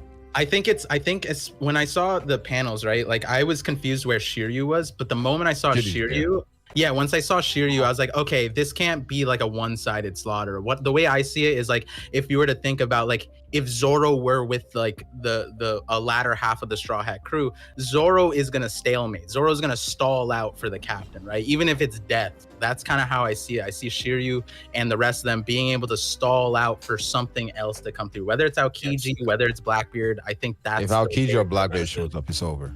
Yeah, exactly. Yeah. See, my thing is Oda was deliberately hiding a lot of stuff, which is why 1081 has to be a continuation of all of this, because you can't just end on that Garp thing and not continue on. But we also have the Moria reveal that he's maybe locked up because we never saw Koby go and do that. So is Oda saving a Moria reveal for something? Is Kuzan actually on Hachinosu? Like, I mean, there is a conversation where for both sides of this, where there is story relevance, there is narrative purpose for Kuzan to be at Egghead, Ohara, Robin, Saul, letting the Straw Hats get away, like, inverting Ohara like that. There's that. But then if we actually had Kuzan here, then it's Sword, it's Garp, it's Snape versus Dumbledore. It's a situation where Kuzan's got to play his role to a T because maybe Blackbeard is there. And I talked about this, I think in the last stream I did, but I'd love That's how you gain a lot of trust too. You take out Garp. Exactly. Exactly. And we've already been set up with this ice time capsule, right? So if it's a situation where like Kuzan goes and puts Garp into a time capsule, and like there's like a nod between the two of them, and they know. But then Blackbeard, right. But this is where it gets dark, and where I would like it to go, right? Yeah. Is then Blackbeard shows up and double taps with the Gura Gura, and it shatters. Just to make sure. Right, but then we have to. But then Kuzan has to wrestle with that because he never intended to kill Garp. It was just a fake out. Yeah, Then he has to make up for that. Then he has to double down because Kuzan hasn't done anything bad. And kidnapping pudding. But it's not bad from the Marines' perspective, but like. Yeah, but I mean, they also haven't hurt pudding. They haven't done. They've just relocated her. That's not bad. Relocated. That's I'm just gonna throw it out there. Relocated your child. That's fine. No. Aokiji put pudding in the vicinity of Vasco shot. That is putting with Vasco shot is a crime. No, but technically, like, he hasn't done anything. Oh, no. He really hasn't done anything that bad. That bad. Yeah, I will say that. I hope. You wanna go? Or? I pray. Yeah, I personally though, even if like I think it would be very cool to actually see a direct matchup between Garp and Blackbeard, because the interesting thing that I find, for example, now between Blackbeard and Law is that regardless where they stand power-wise, Law is someone who always relies very much on his Delph fruit to fight, and that's why Blackbeard has the very natural counter, and I think that's the reason why Blackbeard definitely won that fight. But on the other hand, Garp is Blackbeard's natural enemy because he doesn't rely on a Devil Fruit. Garp just hits hard. And I think that's specifically Blackbeard's weak point that I think could make their fight interesting because, you know, maybe Garp isn't as strong as Blackbeard is right now. That's debatable, but, you know, that could be countered by the fact that Blackbeard gets very cocky. He always relies on blocking attacks. I mean, he tried to block the Gura Gura Nomi on Whitebeard, and Whitebeard just slapped him because he said, you get too cocky and you rely too much on your powers, right? So because of that, it would be cool to actually see a clash between the two, but you know, like Bar said, without like the Wapu Wapunomi being like awakened or something, or really allowing you to travel very far distances, it's kind of hard to see, you know, would he be able to get back in time or something like that. I'm very interested to see what Oda does with this generally. Yeah, also on what Artur is saying too, the way I've been looking at it is I think Garp is Blackbeard's Kaido. So like Luffy, you know, even afterwards Gear 5, he can't 1v1 Kaido, but because he fought through Kaido, because he used his squad to elevate himself, I think that's where we are at with Blackbeard. If we've been wondering how Blackbeard levels up, like is he strong? Is he already strong? Well, this is the perfect person who's like literally like, you know, should be held on that power level where yeah, maybe he can't fight 1v1, but he has his crew. So like he uses his crew to run the gauntlet, and then throughout the fight, that's how Blackbeard ends up, you know, leveling up. And someone asked me in the chat, like, do I think Blackbeard awakened both roots? I think like if he woke in the Yami Yami, then after he beats Garp, then he awakens the Gura Gura, and that's how he ultimately ends up beating Garp. And you know, it would go back to what like the reason why Blackbeard knows about the Gura Gura so well is because he's watched Whitebeard use it for 25 years. He's taken hits from it directly at Marineford, and so now all he needs is someone else to like level up to Whitebeard's level of hitting for him to like understand that power and get pushed to awakening that power. I don't even know if there's someone, has Blackbeard fought someone who's scared him as much as Whitebeard since then? I don't know. So well, I first think of all, Garp came in with a Gura Gura punch in the first place. Exactly. Like he is the human version of the Gura Gura no Mi right now. Exactly. I think it plays Whitebeard's for this whole time has just been the Hito Hito no Mi model Garp. and so, you know, going back to it, it's like my biggest question isn't if Blackbeard and Garp are fighting, it's more about when. Is Oda going to choose to make it happen on Hachinosu, or does it somehow happen later? That's the way I see it. It's like, I don't know if, I think it makes the most sense for it to happen now, but also it's like kind of hard to like put the pieces all together. But somewhere down the line, I think it definitely happens. There's just too many parallels between Garp and Whitebeard. I had a video about it, Threevo mentioned. I think everybody sees those parallels. It's just the marine side of it, and that's like the perfect thing for Blackbeard. And that goes back to like Marineford. At the end of it, didn't Blackbeard like look at Garp and Sengoku said like, you're next or something like that? Some kind of like he started a fight, both of them. Yeah, exactly. So like I could see it panning out where, you know, this is the follow through. This is 100%. No. I think Egghead is like a great place to have that kind of conflict, because with Oda showing us the Blackbeard Jolly Roger on specifically the crow's nest of the ship, it seems like to me Oda's insinuating that the main ship is there, meaning Blackbeard would be at Egghead. And like if you're willing to consider that, you would also think like, okay, well Shanks is chasing Blackbeard, so what if, you know, Shanks ends up on Egghead? And then you think about how Garp's also trying to you know, go after Koby and probably even go after Garp. It seems like all these characters have great reasons to land on Egghead. And like earlier the stream, me and Dak were kind of talking about all the parallels now compared to Marineford, and there's just like plentiful. Not only I'm a firm believer that like multiple things can be true at once. Like, I think Egghead can be a parallel of Sabaody, but it could also be a parallel of Ohara, and it could also be a parallel of Marineford. So with Garp, you know, possibly, you know, engaging with Blackbeard, he could go follow him to Egghead, and then you have like all these players. You have Luffy, Blackbeard, Shanks, Garp, and then it just feels like another Marineford at that rate. Yo, what Threevo just said just gave me like, this is so dumb. Honestly, it's dumb, but it sounds kind of interesting. If Marineford is like a parallel, right, to what's happening now, and we're seeing like Garp and Blackbeard, and that's like the overall thing, then at Marineford, And we just saw Shanks saying like, prioritizing Blackbeard information. Like, oh, I thought he was gonna go to Wano, and we still don't know where he was headed to originally. Like, he was supposed to leave, and then Kid showed up, and he's like, yeah, I'll just knock him out real quick, and then he's on his way. Where is he on his way to? Because there's a predetermined place, and I doubt the news about Egghead is already there. Maybe he already took care of Barto. Maybe that's next. But it could be if his eyes are on Blackbeard and he wanted to meet up with his fleet beforehand. Maybe it was just like, hey, let me go handle Blackbeard on Full Lead. If Shanks ends up on Full Lead, it could be the Marineford parallel where he protects Koby and he Garp ends up Whitebeard's dead, Garp is dead, and then Shanks is the person who handles the funeral and stuff like that and stops the situation.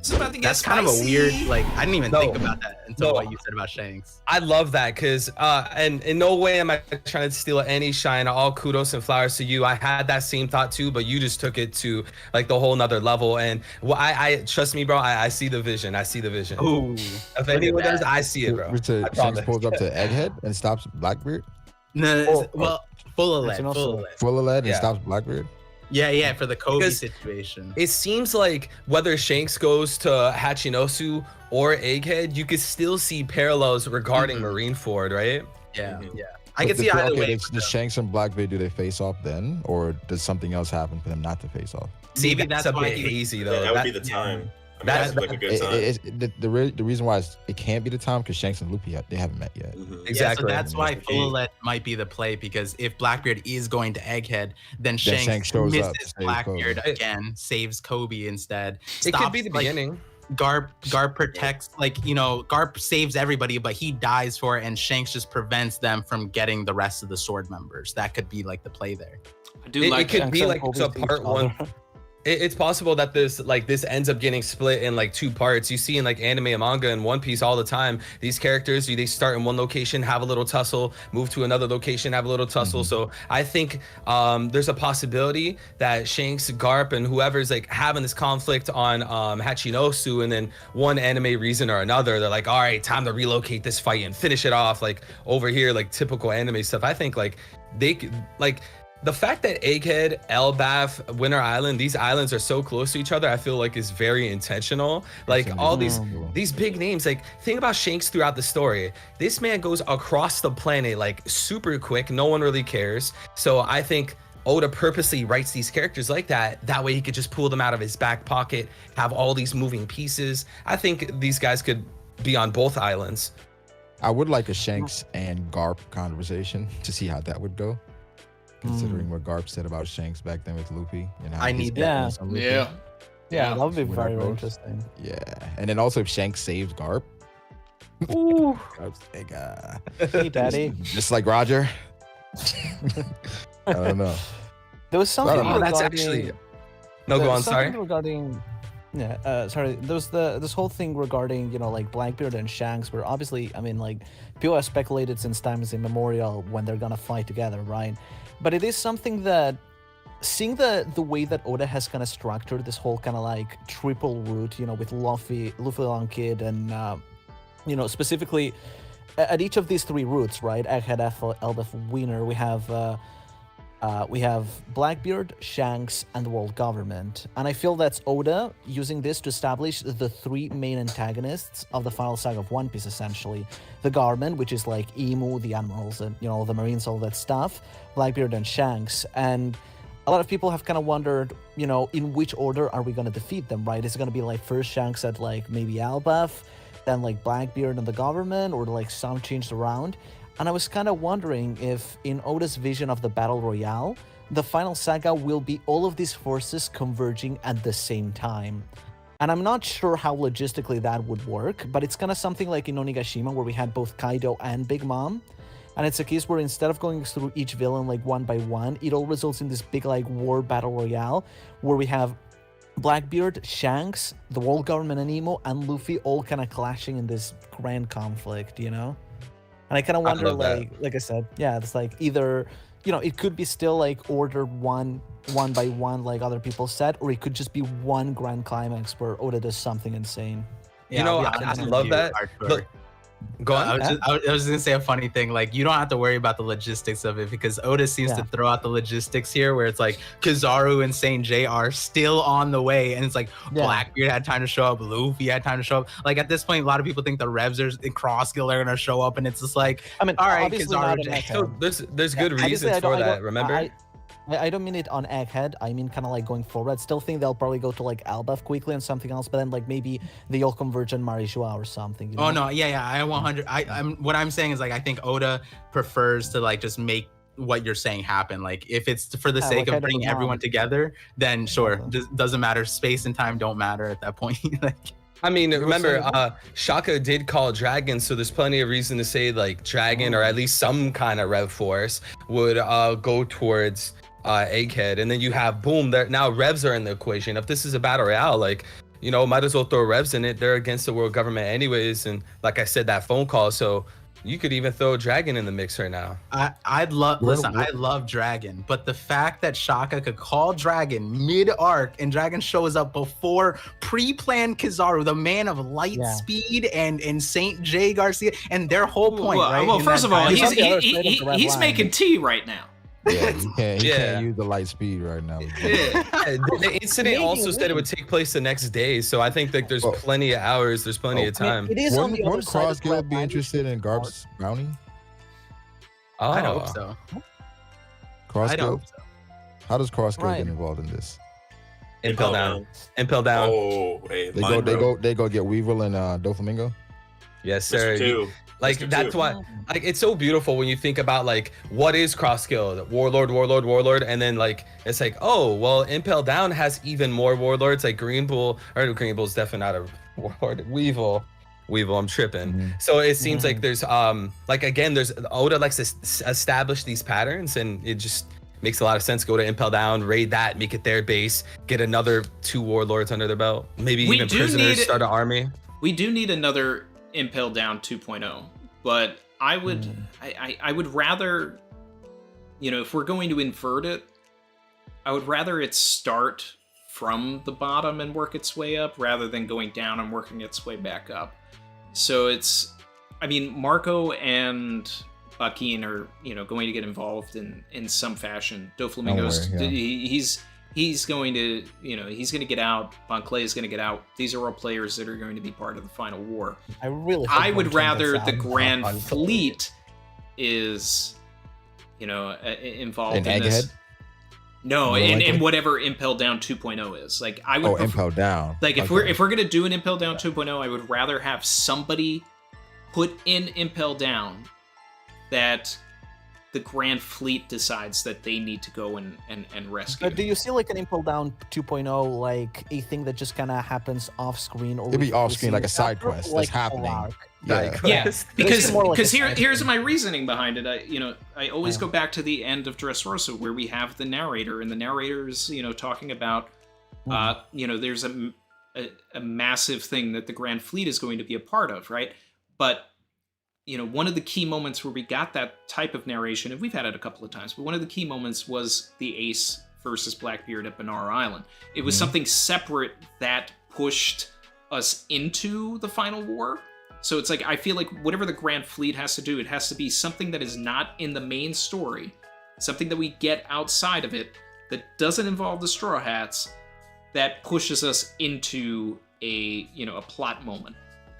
Okay, I see that perspective. I mean, I was thinking the Grand Fleet could probably go to Egghead because of how much is conversion there, but I'm not mad at that. I think the Grand Fleet will be left for the final war, the big final conflict, but that's just me. Yeah, because like when you, with the Onigashima, like Luffy's thing had to have been burning, right? Like people still to this day. Yeah, people, I know fans still to this day gotta be wondering. People gotta be wondering, like, why didn't the Grand Fleet show up in Wano? And it's like, okay, if Oda's saving them for later, it probably would be for endgame. Wait, I just thought of a cracked idea. At the end of Dressrosa, they gave the Grand Fleet a Viver card, right? What if, because they didn't show up at Onigashima, what if instead they accidentally gave the Grand Fleet Sabo's Viver card? Because didn't Sabo give Luffy the Viver card, like, to the crew? And so, like, Luffy doesn't know about that. I'm almost wondering, what if they have Sabo's thing, and so the Lucy or whatever, maybe they end up converging on Sabo instead of Luffy. Yeah, That'd they be all just show crazy up. It's mix-up. just in the middle of the sea where Lucia was.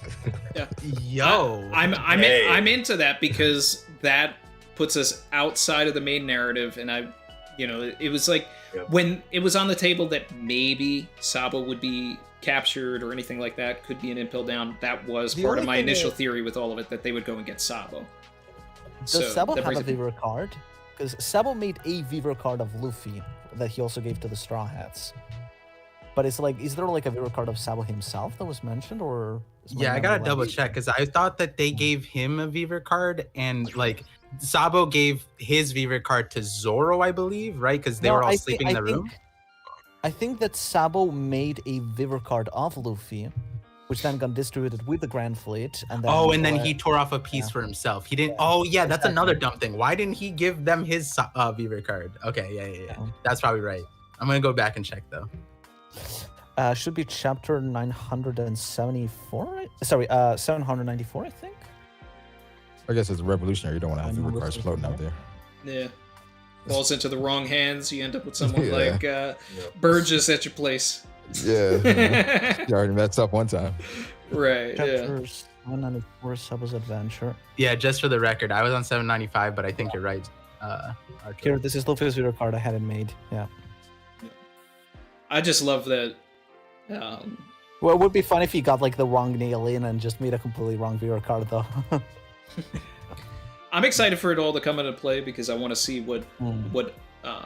Oda's plan for Bellamy is, because he like made it a point to separate him taking a piece of the Viver card. So I'm excited for that. Bellamy took it like, yeah, just in case. He's kind of like making that flag, right, for like the Grand Fleet he made too. So he's probably gonna get like some small cool moment, like, oh, I made that flag. But it'd be kind of funny if like in the middle of the final saga, like things are dire and suddenly spring hopa. No, hey, look, I'm Just a the Bellamy thing. fanboy, so I'm here for it. Like Oh, he's flying the flag like Chopper. he was following the wrong. It's just like TJ, I'm about to hit Luffy. yeah. I'm about to hit Luffy, and then just like Sabo Bellamy just comes in. Now, I mean, the best thing for his character, not to Hmm. turn this into the Bellamy Summit, is, he sacrifices himself for Luffy, or, does a big play like that, because then you would have like a perfect arc for him.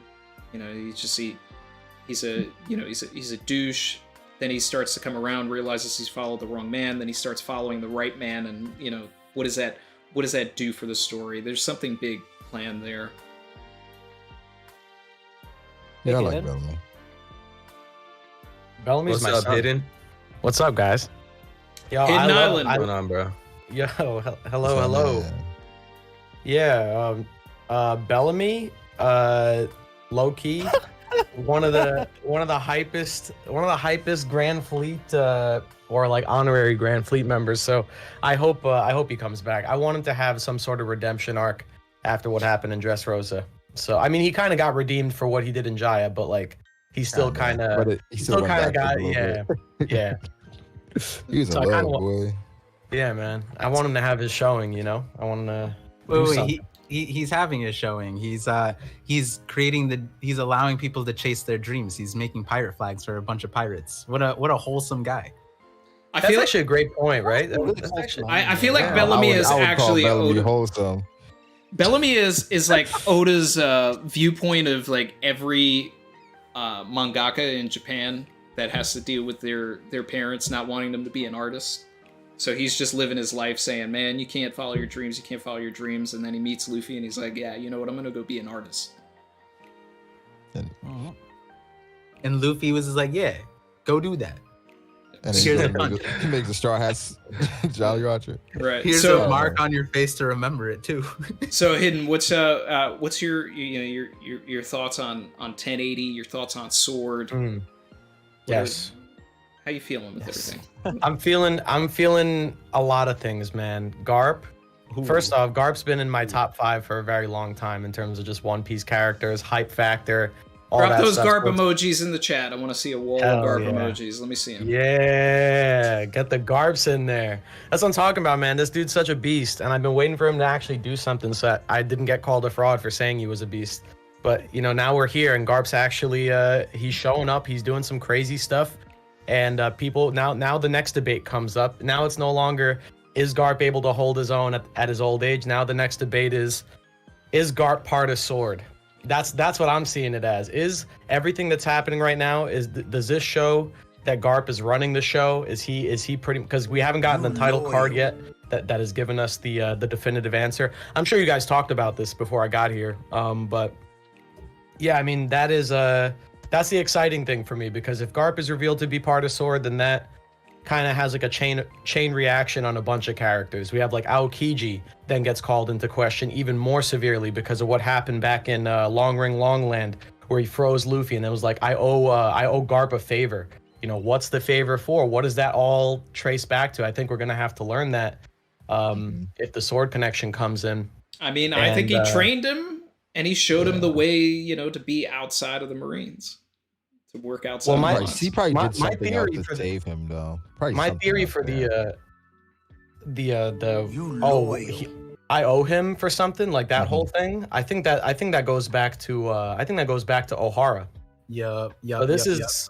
Yeah, this a lot of this is going to tie to Ohara, and it's and it's like if let's say in a hypothetical world, which defies my own agenda, that Garp is the leader of Sword, there is a world where Kuzan creates Sword after Ohara because he saw the in the likeness of Garp. In the likeness of Garp, yeah. Because still inspired by him, because whichever way Garp moves because of God Valley, seeing the Ohara incident, seeing Sakazuki kill all of those, innocent bystanders, like that panel of Kuzan, when he sees that, like that changed that man. That changed him right there. So that was a pivotal moment, whether he created Sword or joined it. It was after that moment, because and we are being told by Oda that Ohara was the launch point for a lot of things, including the Revolutionary Army, which we thought was already in action. But no, Dragon came in and said that definitively Ohara happened. Now we're not freedom fighters anymore. We're throwing hands. Yep. Every time. Which, by the way, every time you say, sorry, that's still, but every time you say Ohara, like my brain goes like, wait, you called? But you were the same part. On what Randy was saying, like in my last video, the major thing is, like, when you really think about it, Aokiji is like a mentee, Garp's mentee, but also Dragon, right? Dragon is tied to Garp. We don't know the exact lineage, but something I pointed out was in chapter 907, when Garp is talking to King Neptune Shirahoshi, he actually tells us a lot about his sense of justice, which Oda doesn't explicitly tell us yet, which is the point of that video.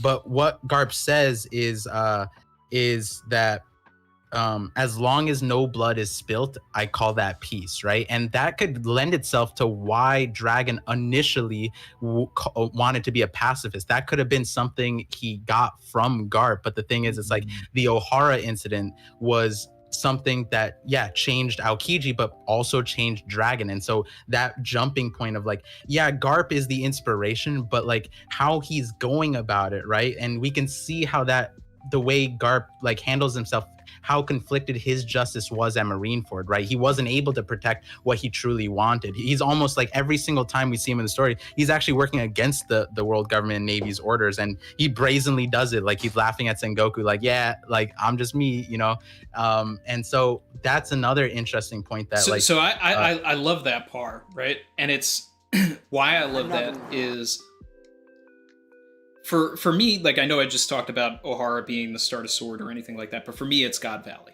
So, that is the main, that's the main agenda. It's like God Valley happens, Garp creates Sword, I'm moving outside of the Marines and everything like that, and everything trickles down from there.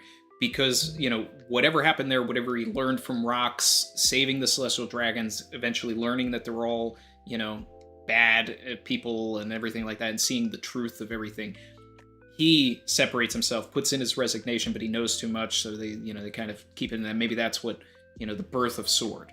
But I was waiting for you to say that. yeah, There's also one other thing too. But just to finish the point that I wanted to buoy off of what Par said, though, is maybe he creates, the secret side of it that wants to, defy the world government. He lets his son in on this, but he wants to do it with a heavy hand, which then Dragon initially refutes, which is what Par is saying, right? That's why he wanted to go about it, as a pacifist, freedom fighters, etc., etc. But then it's Ohara that puts Dragon in the same line of thinking with Garp and sets them on basically the same path. Yeah, and like another connection point too, and there's like two. I'm not sure how I want to synthesize it because there's a lot of great points that a bunch of people made here earlier, that it gives a lot of insight on it. But when you think about Garp and him being a proud Navy man, he's super proud of the Navy, but he always acts like on his own thing first. That's throughout the entire story. He, like Captain Morgan's, he just let escape. Dadan, he doesn't imprison her, he just rehabilitates her by having her become a foster mother. Every single time, like Luffy has all the Impel Down people escape, he doesn't care. And there's so many times when the Garp is just like, me first, but yeah, he's still pushing Ace, Luffy, Sabo, everybody to become a Marine. And we see an interesting point at his introduction where at the sound of the word pirate, insult. At the sound of the word Shanks, insult. He hates pirates. He hates all that. That was the wrong path that Luffy and Ace went down. He called them scallywags, but he still never insulted Dragon. Dragon being a Revolutionary Army person, anytime Dragon's name was ever mentioned, he never said anything negative about the Revs, about the Dragon himself, despite when Shanks gets brought up, oh, that tainted, that negative, blah, blah, blah, something bad. Dragon, no, never. It's like, oh, did your dad meet you? No. There was nothing ever negative said. And that kind of, to me, signals, it's like, I think Garp agrees with what Dragon is doing. Dragon is doing something that's something that he deep down is okay with. He himself may not be able to do it, and that also lends itself to the Sword side, because we also say that Sword and Revs are two sides of the same coin. So it might be the same boat that what Dragon is doing independently. There's Garp is the inspiration for both sides, and he supports both of them, and that's something so minute that was inserted with the Dragon and Garp connection. And I just found it interesting because the Revs at the end of the day are the Navy and Marines worst enemy, but he doesn't care about them at all. And it's just yeah, he's your dad, cool. And when Sengoku brings it up, he's just yeah, it's whatever. He's Dragon, But with Shanks, oh no, not the pirates. Ace, oh, I can't believe you became a pirate. Luffy, oh, you're a pirate, But yeah, so Garp is Oda did something so well when you look back at all the panels. In my opinion, there's so much detail. So we got a full tic-tac-toe board. Shout out to MattB for joining us. Mugiwara MattB. You there, man? Yeah. Hey, what's good, bro? What's good? Hey, I apologize, bro. I had to get my little one situated. I got one running a little fever right now, so sorry I'm late. It's all good, man. It's all good. Well. Appreciate you, jumping in anyway. I wanted to, have you here at the Sword Summit because I know that, the two of us independently came up to, similar thoughts of what Sword could be, potentially Law's involvement and anything like that. So I wanted to, get your thoughts on all of this. Well, big facts. I haven't really listened to much of what y'all are talking about, right? But I will say that one of the most interesting things post Wano that I've seen is that Blackbeard seemingly has been interacting with nothing but Sword members. Koby, then now I think Aokiji is a part of Sword. I know I may be alone in thinking that. I'm drop those Kuzans in the chat. Very hot take. But yeah, I think it's very interesting, that Garp is the one that's pulling up on Blackbeard, and Aokiji is just somewhere lost in the fray. I don't think that's by coincidence. I think that's by design for show. You know, man, I'm just very curious. I know, Randy, that you've always said that Garp is the head of Sword and that Garp is kind of the one that is spearheaded Sword. So I'm just curious to see how that's gonna, if that's gonna like come to fruition within these next couple of chapters. And then hopefully Garp doesn't lose his life. I don't think Oda's like gonna pull the plug on that. But I think there's an opportunity for it. Yeah, it definitely is an opportunity for it. I hope that Aokiji intervenes and reveals. I hope that Aokiji reveals himself to be Sword, and you know, like saves Garp or something from the Blackbeard pirates. That's where I see that this plot point heading. For me, you know, we talked about it a little earlier, but my best case scenario, even though there is a lot of plot relevance for Kuzan to be at Egghead, I would rather him be on Hachinosu right now. And then one more thing. I said that Blackbeard is interacting with only like Sword members. I meant members of the Rocky Port incident. Yeah, that's what I meant to say.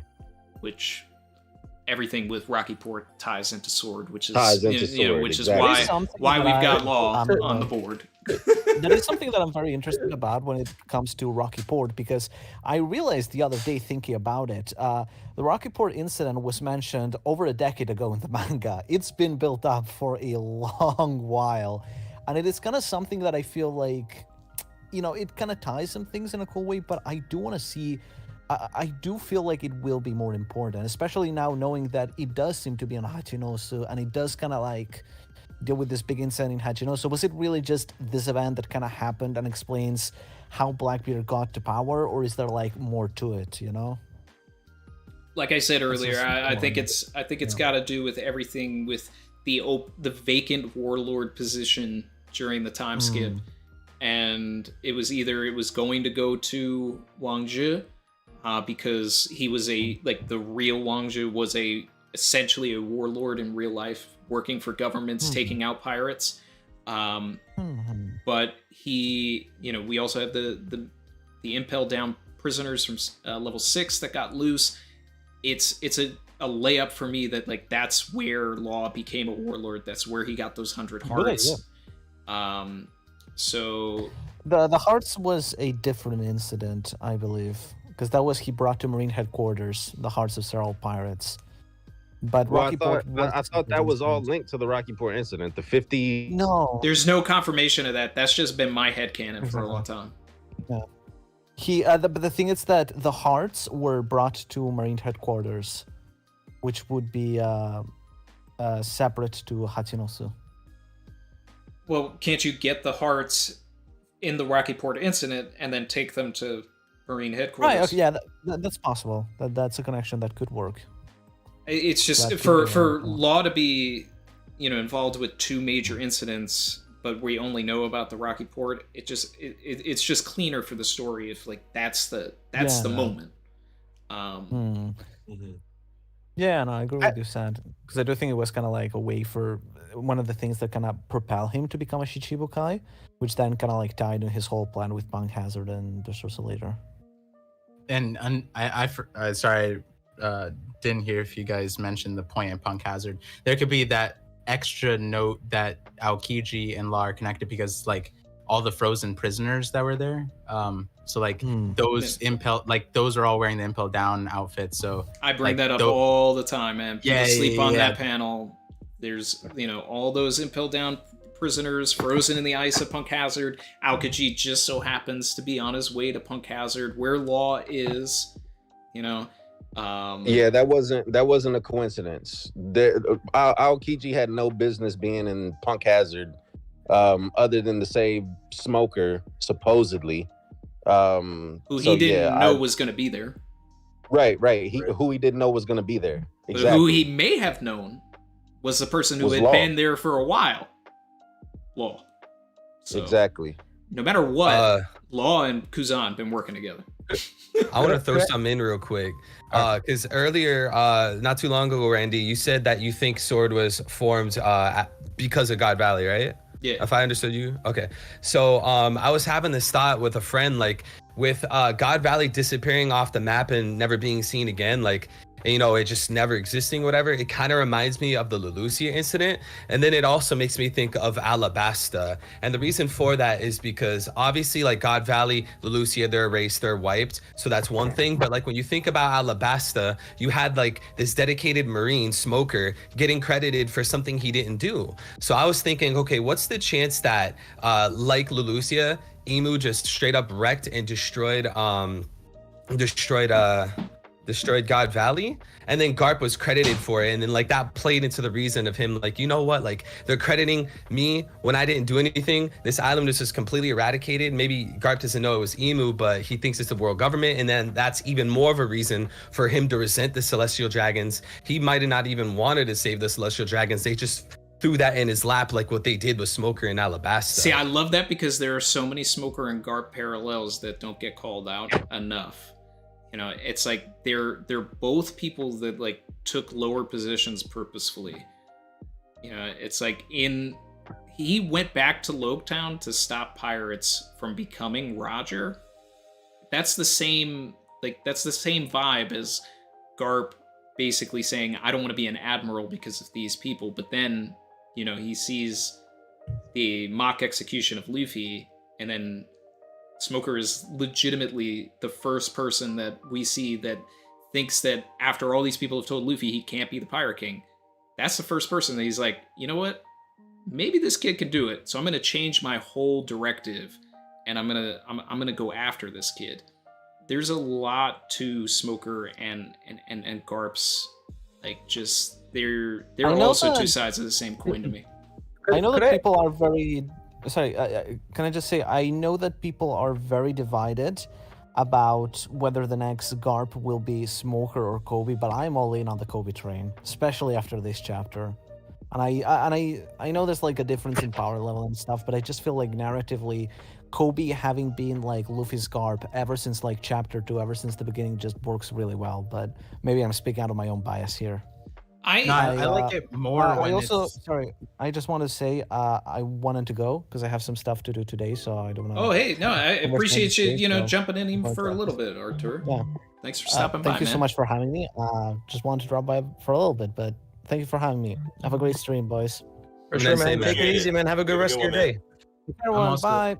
Bye, Artur. I was also gonna hop off after this thing. I was just gonna say, like, I like what Artur is saying, but especially because it's like, I think especially in One Piece, like, or maybe this is an anime shonen thing. People like it so that one person carries on the dream of someone great. When like in reality, the world works where it's like, if there's someone great, they probably inspired a bunch of people. And so, when we're talking about inherited wills, when we're talking about dreams, like even Rayleigh said it when Roger was executed. There was a few people who probably were inspired, right, to summarize what he was saying. So like for Smoker and Koby to be the next Garp, it's like I think they all could be the next Garp. I think that like they're all going to be parts and pieces, and it even plays better because it's like, do you really want a world where it's like you get a repeat Garp into the story, or it's like this group of people who are inspired by him all together combined to make it? And honestly, that seems to be like a more powerful thematic where it's like one person can't carry the world. We saw that with Whitebeard, right? It's more akin to like, you got to spread the power, you got to spread the love, and it's like I think it makes more sense that Aokiji, Koby, Smoker, all of these characters, even if you want to throw in Luffy and Sabo, all of these characters inspired by Garp, all of these characters are inspired by the great ones. And so Koby, yeah, maybe he's like close to the power levels, right? Like maybe he's the one who ends up, because of the thematic of hockey and resolve that Garp gets, Koby is the closest one in that regard, and Koby is the closest like as a non-devil fruit user, and he ends up mirroring like a galaxy impact, but it's not going to be Garp's level, and I think that's completely fine. I feel like Luffy and maybe Blackbeard being the only people to actually one-to-one resemble like these past gods and past legends is completely fine, right? So I feel like that was just my 2 cents of like, when people are saying like, no, Smoker's the parallel, no, Kobe's the parallel, I'm like, they could all be the parallels, right? But that's also one of my issues, and I had a conversation recently about this with these characters, because it's like Oda put so much early development into Smoker, and then like kind of just it almost seems like he just forgot that this character existed in a way, and that's why I need him to be on Egghead and kind of follow through on some of the promises that Oda made with his character, because it's like, so Koby is obviously going to reform the Marines. Like he is the future of the Marines. He is the person who's going to, you know, be Fleet Admiral one day, right? Smoker is our lens into the corruption of the Marines. Like he's the first person that like kind of is like, you know, he's smelling something that's a little different, and you know he's still like really staunch in his beliefs, but he's constantly questioning everything, and that's why if Smoker is that like God Valley person, then it's a turn. I would already believe that Koby would be there, because Kobe's already like a member of Sword. He's already going to fight against injustice. Smoker turning against the Marines is like, whoa, okay, he finally did it. Like, wow, like that's a big deal. Kuzan, him and Smoker are kind of, they're almost the same character to me. And it's like, I wish they weren't two characters in some respects, because it's like, they're just on the same path. Like if Smoker was at O'Hara and all this other stuff, and he was the Admiral, then it just would be a little cleaner. But it's like, who is going to be that true turn? Where are we going with all this? And then we have Fujitora that kind of seems like he's also in that same category. He's Smoker 2.0, everything he did in Dressrosa, you know, and it's like, I'm expecting a turn from Fujitora, but it's also like, what if the turn is that we think he's going to turn, but he doesn't turn, and then it's, you know, that's a thing. We have so many characters that are on the same path of just turning against the government, and this is our opportunity to maybe like thin the herd a little bit. Yo, Randy. If I could interject, I'm sorry. Go ahead, Matt. My bad, bro. Randy, was you saying that Fujitora is gonna like turn against the Marines? I mean, he's on the same path as Smoker, right? Like when you look at Alabasta, like everything that Smoker wanted to do, Fujitora did. Like he went against, you know, Sakazuki's orders. You know, so it's like it wouldn't surprise me if in the final war or whatever, like Fujitora was on our side. It would surprise me if he wasn't on our side and was like, no, I'm all about the Marines. Like I wanted to end the warlords because I hate pirates, and like I'm like all about the Marines. Like that's, but everything that he's telling me is just kind of like he's gonna turn. Yeah, for sure. I kind of like look at Fujitora as being like a revolutionary.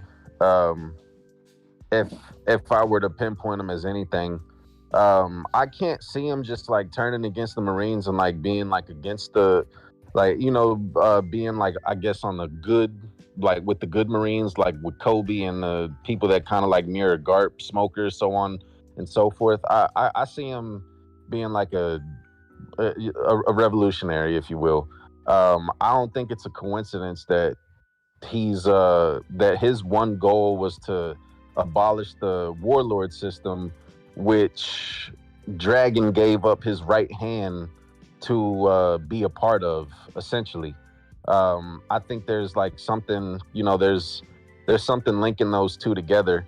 I just feel like at this point, bro, it's like so many characters in One Piece. Like you can't, like we're not gonna be able to get all of these plot points like fulfilled at one point. I know. That's essentially what I'm getting at. I think Oda kind of forgets some things, and I just heard you touching on that, like in regards to Smoker, because Smoker was like one of the best written like characters in pre-time skip, and then he's like just thrown to the wayside in post-time skip. Yeah, I think Hidden was. If I could, try to say something. Go yeah. ahead. If I was what was I gonna say? It's nice to look for like the parallels in Garp and Roger, and then like look for that in the current story with Luffy.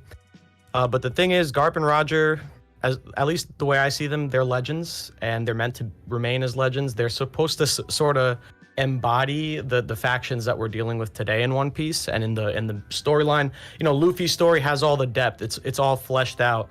We have all these different Marines that embody all these different aspects of justice. But when we talk about Roger's era, we pretty much just talk about Roger and Garp, pirate versus Marine. And the reason I feel like the parallels don't work perfectly, you know, when I try and think about those relationships, is because Roger's era was missing a faction that the current era has. Roger's era did not have revolutionaries. There was no revolutionary army. The current era does have that. And the difference here is back in the day, when you were a Marine or you were a pirate, there was not really any in between. If a Marine didn't agree with the way of the Marines, there was not really an alternative besides either leaving the Marines and becoming a civilian or siding with the pirates. Now we have this third faction where people that don't like the way that pirates are doing things, people that don't like the way the Marines are doing things and don't want to assign themselves to either faction, now have a third option. So we have all these Marines like Smoker, like Aokiji, like Fujitora, who I'm going to build off of that, Matt. I do think I think he has ties with the revolutionaries for sure. I think all these guys who don't find solace in under the flag of the world government seek that justice elsewhere. And if they are so against pirates, we see people like Smoker and these other Marines, they're not about pirates. They don't want to call themselves pirates. What's the other option? How do you fight against the world government without calling yourself a pirate? Well, you call yourself a revolutionary. And there's a lot of people in the Marines right now, I think, are tied directly with the revolutionaries. And I think a big avenue for this is through Sword. And I think Garp has that connection. I think Fujitora has that connection. And I think Fujitora is pushing for the SSG for a very specific reason. And this goes back to pretty much all the way back to Water 7, which is when Garp and Koby first meet up with Luffy and the gang. And they start talking to them about, you know, what's been going on, talk to them about the new world, all that stuff. One thing I found interesting was that this is the first place we really get a solid introduction to the concept of Vegapunk and the concept of Dragon leading the revolutionaries. We get both these things introduced in the same conversation. And who is it introduced to us by? It's by Koby and by Garp. Koby tells us about Vegapunk and Garp tells us about Dragon. And now we're dealing with this. We have this point in the story now where we have Vegapunk. Who's having conversations with Dragon. Who's having conversations with Dragon. With Dragon, yep. We have Marines that are now pulling up to the island that Vegapunk's on, and now the question of like the Great Cleansing, people are going to have to question their loyalties, things like that. There's people like Stussy who are revealed to be triple agents that are working for playing both sides. So like now the question has to come up. Who's in the Marines right now that is not actually a Marine? And I feel like a lot of members of Sword kind of fall under that category. I think Garp is plotting something. And I feel like the general consensus I've gathered from being in this call so far has been that Garp and Dragon's motivations are pretty, they kind of have a similar goal, but they're separate. They're kind of operating separately, right? From my perspective, I think that they're working together to some degree. And I think Dragon and Garp are in communications. And I think that they're just not making it very obvious, obviously, because that would ruin the whole plan. But what my theory is that the Seraphim and the development of the Seraphim with Vegapunk, the reason they had the Warlords replaced with the Seraphim was so that the Seraphim could be coded to rebel against the world government. So once the world government has removed the influence of all these other pirates that they can kind of control with money or power, they put these robots, these Seraphim, and they use them instead as the SSG instead of the Warlord. Yeah. Can I bounce off of what you're saying right now, right? Yeah, sure. So I've been thinking the same exact thing for years, right? Like an Order 66, if you will. Okay. Yes, exactly.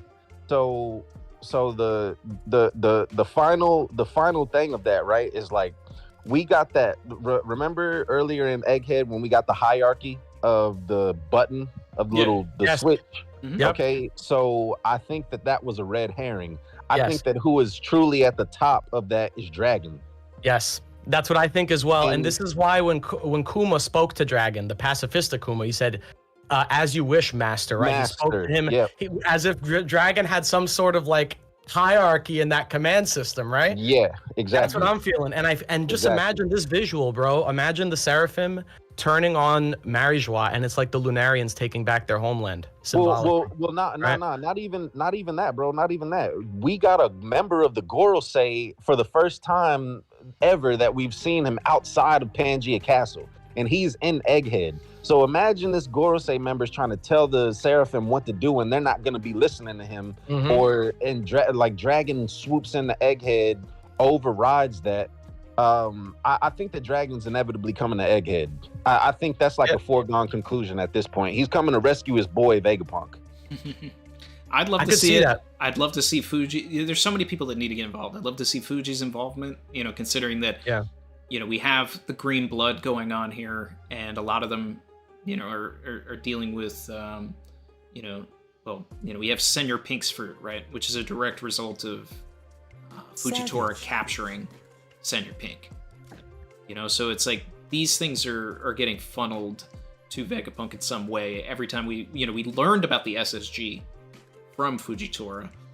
Yeah. So there is a tie to Vegapunk who has a tie to the Revolutionary Army, but it's like, I'm wondering if it's as... Because here's the thing, like, I'm totally on board with Fuji being a revolutionary, except for his interactions with Sabo during Dressrosa. So it's like Fuji would have to be only in communication with Dragon for it to make sense, and be a hidden member even from Sabo. So it's like, is his connection to Vegapunk only? Was he sent to Morrow another bodyguard of Vegapunk that was just promoted to Admiral? Well, I would say because of the nature of how Fujitora got into the Marines, that it makes sense if he's only in contact with like the head of the revolutionaries. Because I mean, bro, he got in through the draft. Like that, like how does that even happen? How do they find these candidates for the draft, so on and so forth? And I think it would just have to be it's like, hey, you can't tell anybody what we're doing, what the plan is. You only communicate with me. And I don't care if you come across Even Cove, Kuma, Sabo, whoever it is, don't give up don't give up your cover.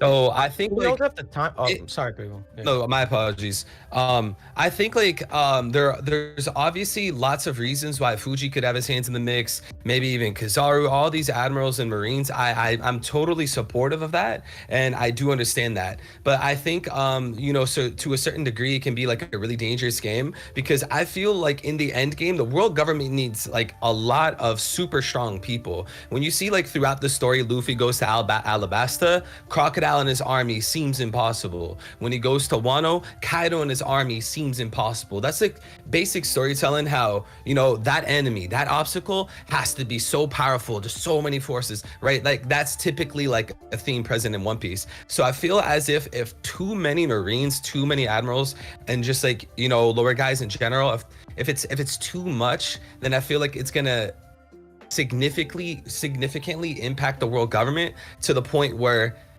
maybe this alliance going in has like a huge upper hand, and I do feel like that would be strange, especially for the end of the story. So I say all that to say, I think all these Marines, they have reasons, but I don't think every single guy is gonna be able to make the cut. I feel like with the way the story is being set up right now, especially with the Lulusia thing and with Eam and like the ancient weapons, there's a very good likelihood that some sort of ancient power or some sort of weapon of mass destruction is going to end up in the hands of a bad guy before the end of the story. That's going to have to be the threat that threatens the entire world before the end, right? There's no collection of characters in One Piece I can think of, no matter how hard you stack the list, that stacks up to a WMD like a Lulusia bomb. I just think I want Crocodile to get Pluton. He wanted it to begin with. My big theory is that Caribou's, contact is Crocodile. He looks like the drawing that Oda drew of Mr. 10. So I think Caribou is former Baroque works. If Crocodile manages to get to Wano and gets Pluton, like that's a huge win for the Cross Guild while all of this other stuff is going on. And if not Crocodile, then Blackbeard. Yeah, someone's gonna get some crazy weapon before the end if it's not already with Eam. And I feel like even if the alliances shift like what we're talking about right now, at the end of the day, it's actually not going to affect the odds of like the final villain. It's really just going to come down to them and Luffy. I feel like at the end of the story, it's going to be the Sun God versus whoever is at the top of the, maybe Moon. Eam is not even the final villain, and yeah, Moon. And it's like maybe Eam's not even the final villain, and then like right at the end after Luffy's done fighting them and Luffy's or like they're at their weakest, Blackbeard swoops in last second, just like he did at Marineford, and takes over, sits on the throne. Now Blackbeard's the final villain. I don't know. There's a lot of ways it could go. I just feel like no matter which way it happens, whoever's going to be that last bad guy is going to have to get some sort of like insane ancient power that like doomed the world for 800 years in the first place. Like that's got to be something that no matter how many Seraphim or Marines you got on your side, that's not something you can just fight back against. You got to have like a sun god. Yo, this is random, but I'm not the only one wearing short skiing out here. Oh yeah, I got the basketball shorts on.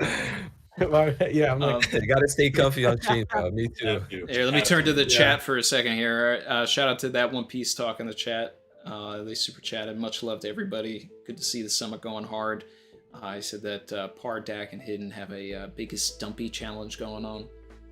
So he said to keep squatting, and that Par is winning. Par's got this, man. Man, they didn't see my twerk on chapter 10. What was it? Chapter 1079. I did a twerk on stream. They didn't see the cake up in that. Oh boy, that action. Shout out to Jacob, member for 8 months at Sensational Sword Summit. Mark Creasy, member for 19 months at Didn't Kuzan say to Smoker you can accomplish things by being independent. Maybe he learned that from Garp. I love that we did talk about that line a few times. It has to be learned stuff from Garp for sure. Hey Randy, yo, you guys, I appreciate the invite. I gotta skate, man. Hey man, your kid is under the weather, man. So go handle for it, sure, man. If y'all still going, by the time I get done eating, I'll pop back in here, man. I ain't talked One Piece in a minute, and this is definitely the stuff I like to talk about, bro. So I appreciate you inviting me, man. For sure, brother. Just keep a lookout. If I'm still going, pop back in if you want. Doors open. All right, bro. I got you, man. Y'all be easy. Hey, take it easy, man. Bro. Take it easy, man. All right, bro. Danny Manga Bet said, if Alabasta gets nuked by Emu, Pell is surviving. Just PTSD. Pell, traumatic stress disorder. Hey, I've been saying for a minute now, Pell awakened. He died during that and awakened. That's how he's still alive. Like how Luffy died and then awakened. That's my excuse. Shout out to Cassidy Dillon, who said, at Onigashima, obviously very recently, Drake seemed shocked that Cipher Pol Zero knew so much as about shocked that essentially they knew so much about Sword and how it even existed. Kuzan can't be telling the whole truth. The thing that I like about that conversation that Drake and Dripper Scarfino had in the first place, aka Guernica, was just the agency, like the way that Dripper was like really envious of the agency that Drake had, that he's able to go against whoever he wants to fight against, right? This is an agency that the Cipher Pol Zero members seem not to have, which, I mean, Lucci seems to be going on his own, but everybody else seemed like they were almost indentured and like as if they were slaves to everything. Like they can't go against these orders. Like they're the Suicide Squad. They've got bombs in their heads or something. They have to follow orders. Whereas Sword is able to just do what they want. That's a scary thought, isn't that? Is it possible that like Cipher Pol agents are like people who were in Kuma's position, like they were slaves at Marijois or something that got turned into these agents? That could be a crazy revelation that kind of puts things in perspective.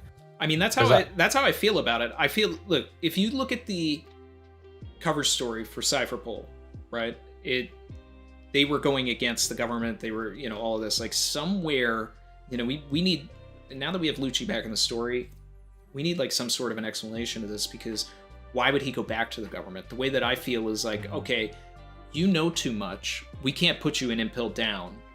Because they were so gung-ho about trying to kill who's who in the first place, right? So it's like, we're going to give you this position.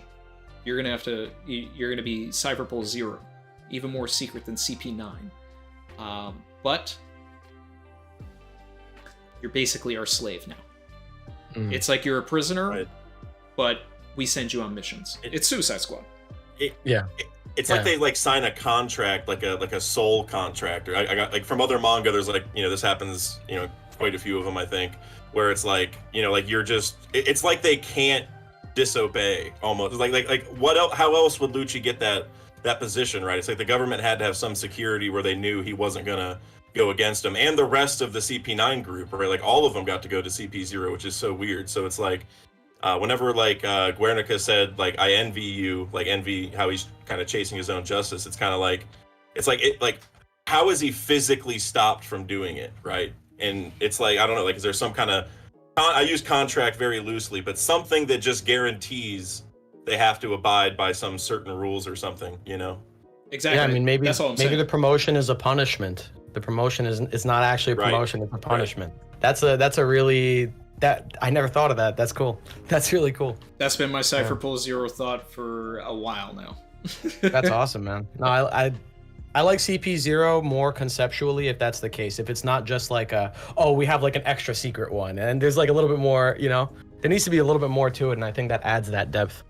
Yeah, no, it's like, you know, it's basically like if they had caught Who's Who and not killed him or whatever, like that's what they would have done, was just folded him into CP0. And it's just like, now you're forced to protect the Celestial Dragons, whether you want and to. What if that's just what CP0 has been the whole time? Like CP0 is made up of other Cipher Pol agents that failed, and since they failed, their punishment was their punishment was the promotion. You know what I mean? Every single one that's ever failed, and that's why like they run, because they know, oh, if I become CP0, my life, like it's either, it's like, you know how Big Mom does like life or whatever. You know what I mean? It's like the same thing, like life or government or whatever. It's like, well, you know, I'm forced to. It's like they're literally, like every single one that failed, they're just like, well, you know too much, you're too weak or whatever to go back, so we're just going to force you to do this, because then we know for sure you'll never be able to reveal the truth. So yeah, I would love to figure out what that is, because Randy, I think I literally watched your reaction for that, and whenever he said that, since that moment I was like, bro, that line means something. Like there's like Drake's able to disobey and do whatever he wants, and this is clearly telling me that Guernica can't do that, you know, like for some reason, and he wants to, but he can't. So, You have failed. Your punishment, wear drip for the next 20 years. You must wear this really drippy outfit for the rest of your life. Like, is it a punishment? I don't know. Yeah, it's like, really? All right. And it's free. You get to keep it, and you get extra copies of it just in case you get. I don't know. I mean, if it comes with that scarf, I'll take it. I'll take it. Yeah, even right. Hatori got the upgrade. You know what I'm saying? Yeah. Yeah, no, I definitely spent a lot of time, like, when that line came up, I was like, we're gonna dissect this line for a while. Let's see, Mr. Bushido 56 said Drake is connected to Vegapunk, think he shows soon. He did mention Vegapunk in the Archipelago. He's like, oh, did Vegapunk recreate Kizaru's laser, etc., you know, right before he gets blasted into a wall by Kizaru. Yeah. Nick Argini said, could old Sengoku be stronger than old Garp because of Devil Fruit? Because his Devil Fruit helped maintain his prime strength and stamina more than Garp. I know prime Garp is stronger. I'm always going to put Garp over Sengoku because he's the main character's grandfather. No, Sengoku does have the shockwaves, which are kind of like Galaxy Impact in a way, which they also use it against Garp Blackbeard. did that without a fruit, though. Without a fruit, right? Yeah, but I guess the question would be like, how long can Garp do that versus Sengoku? Like, can Sengoku do it 100 times and Garp, 50? I'm picking random numbers, but because the Devil Fruit lets him do that, I don't know. I don't know the answer, but I mean, if his nickname is the Fist, I'm gonna assume he can use that fist a lot. That's like it's like I'm gonna anticipate. It's like the source. It's the source, because think about what Randy said earlier, right? What Whitebeard actually has is a hidden zone, the Hitsu no Mi model Garp, man. So if that fruit is based off Garp, I'm assuming the original source Garp has that unlimited stamina, bro. It only makes sense. Because he pulled up to God Valley, he was Timothy Chalamet, he had the Himberlands on. Like, the fruit was created right there off of the tree. And since Whitebeard was there, he ate it, and that's how he got the Gura no Mi. Hito no Mi model Garp, aka him. Wow. So we got Whitebeard with the Garp fruit, and we have Lao G that's a Garp clone, a failed Garp clone. That's insane to think about. Wow, Oda's really he's been thinking ahead. He's the Marine version of Roger, man. He inspired a whole generation. Even Marines themselves, apparently. I mean, that Lao G thing was hilarious. Yeah. No, after the Galaxy Fist, I was like, wait, he has a G, and the move starts with a G. Like, oh man. Another super chat from Mr. Bushido 56 said Suru uses their devil fruit on corrupt Marines to wash out their corruptness, clean them, I guess. What if that's CP0? They get washed with the awakening wash, and then they can't do anything wrong. Oh boy, that's why Suduru is done and a member of Sword, because she wants to take them all down because of that. That would be so crazy. And they're white because they get washed clean. Like, that's why. Hey, I'm just, I don't know. Yep. And then Kujaku comes in and like whips them into shape and disciplines them. Let's see, Mr. Bushido 56. Don't think Law's Sword. He's always been after his own goal. I do. Danny Manga Betts said, greetings, gentlemen. OP Scan said, yo, what's going on? Mr. Bushido 56, what is Drake being captain of Sword doing for them if they're all rogue agents? He gets authority over them. Drake for Straw Hat, by the way. I mean, Drake for Straw Hat is a fun idea. I've always thought that was fun. Like, it's not gonna happen, but it's fun. And I think Drake needs to play a role somewhere here. Because he was even name dropped by Prince Bruce in 1061. Like, we don't even know where Drake is. So like, what do we? That's a good segue. What do we think Drake plays into all of this? How do we think he comes into this? That's a great question. I feel like the Vegapunk connection is the strongest because we said it earlier with the Sabaody stuff, but he's also friends with Koby. But then that also brings the Koby stuff. Like, he could, so Egghead is a possibility because of the Vegapunk, but since he's friends with Koby, Hachinosu also makes sense. So I don't know. Yeah, I think Drake being on Egghead works great. Just first of all, just being a member of Sword, obviously. And I wouldn't even go off the foot that Oda revealed everyone on Egghead so far. Like, I wouldn't be surprised if, this one random guy is there and this random guy's there. Now, I wouldn't say Aokiji's there. While that makes sense, I feel like there's just more fingers pointing at like Hachinosu. Egghead regarding Aokiji, but Drake, I think Drake could be there in the crowd, and like even in 1081, I agree with Randy. It's most likely going to pick up off the Garp stuff, so I wouldn't be surprised if Oda throws us a panel and we see Drake in his dinosaur form just biting people. I got to be honest. I feel like Drake is. I feel like he served his purpose as a character. I'm trying to think of where he could come into the story later, and I can't really find a clean place to slot Drake in and be like, this makes sense for his character arc. Because like right now I'm just thinking about it, and it's like, what he did was he introduced the concept of like Marines leaving the Marines. We have Sword get introduced through him. We have the Beast Pirates with the dinosaurs, and I feel like Drake did his job. What if he pulls up at the end and he's Law at Marineford and Koby is like just destroyed and Drake gets him out of there? Oh, that's it. That's a good one. I like that. I like that a lot. That's good. Just thought of that. Because then he's also not super involved. Because that's my thing, is I don't think he deserves a ton of panel time because he just had it. Like, not that he has to be out of the story forever, but it's like, it would just be weird to be focusing on him again. But for him to slide in at the very end, also because him and Law had that connection during Sabaody as well, right? Where Law's like, how many people have you killed, right? And so I can see all this tying together too. He's constantly tied with Law. Like, he's in his flashback. He's in his introduction page. when we catch up with the supernova right before the time skip, it's like they're back to back. Like when we cut to we see Drake, then we see Law, or Law then Drake. Like whenever we would see Law in the pre-time skip, we saw Drake. So it's like it's other than Marineford. So it would be fun if that was like kind of the inversion. He shows up at the end and he plays Law's role in this. In this. That would make a lot of sense. I like that. Just because he's also in Sword, right? This is a Sword thing. Yeah, so let's get everybody that has to do with Sword. Let's get them here. Silver's in the chat. He said, you're popping into Let Myself Be Seen, Back from the Dead. I told him to slide in, but he's about to head to work. I was also thinking about this, like, I do think the Law and Sword thing is more likely than not. But in the case where it doesn't end up being true, I still think that either scenario still points towards Garp having that heavy involvement with Sword, just because, let's say Law happened to not be in Sword for whatever reason.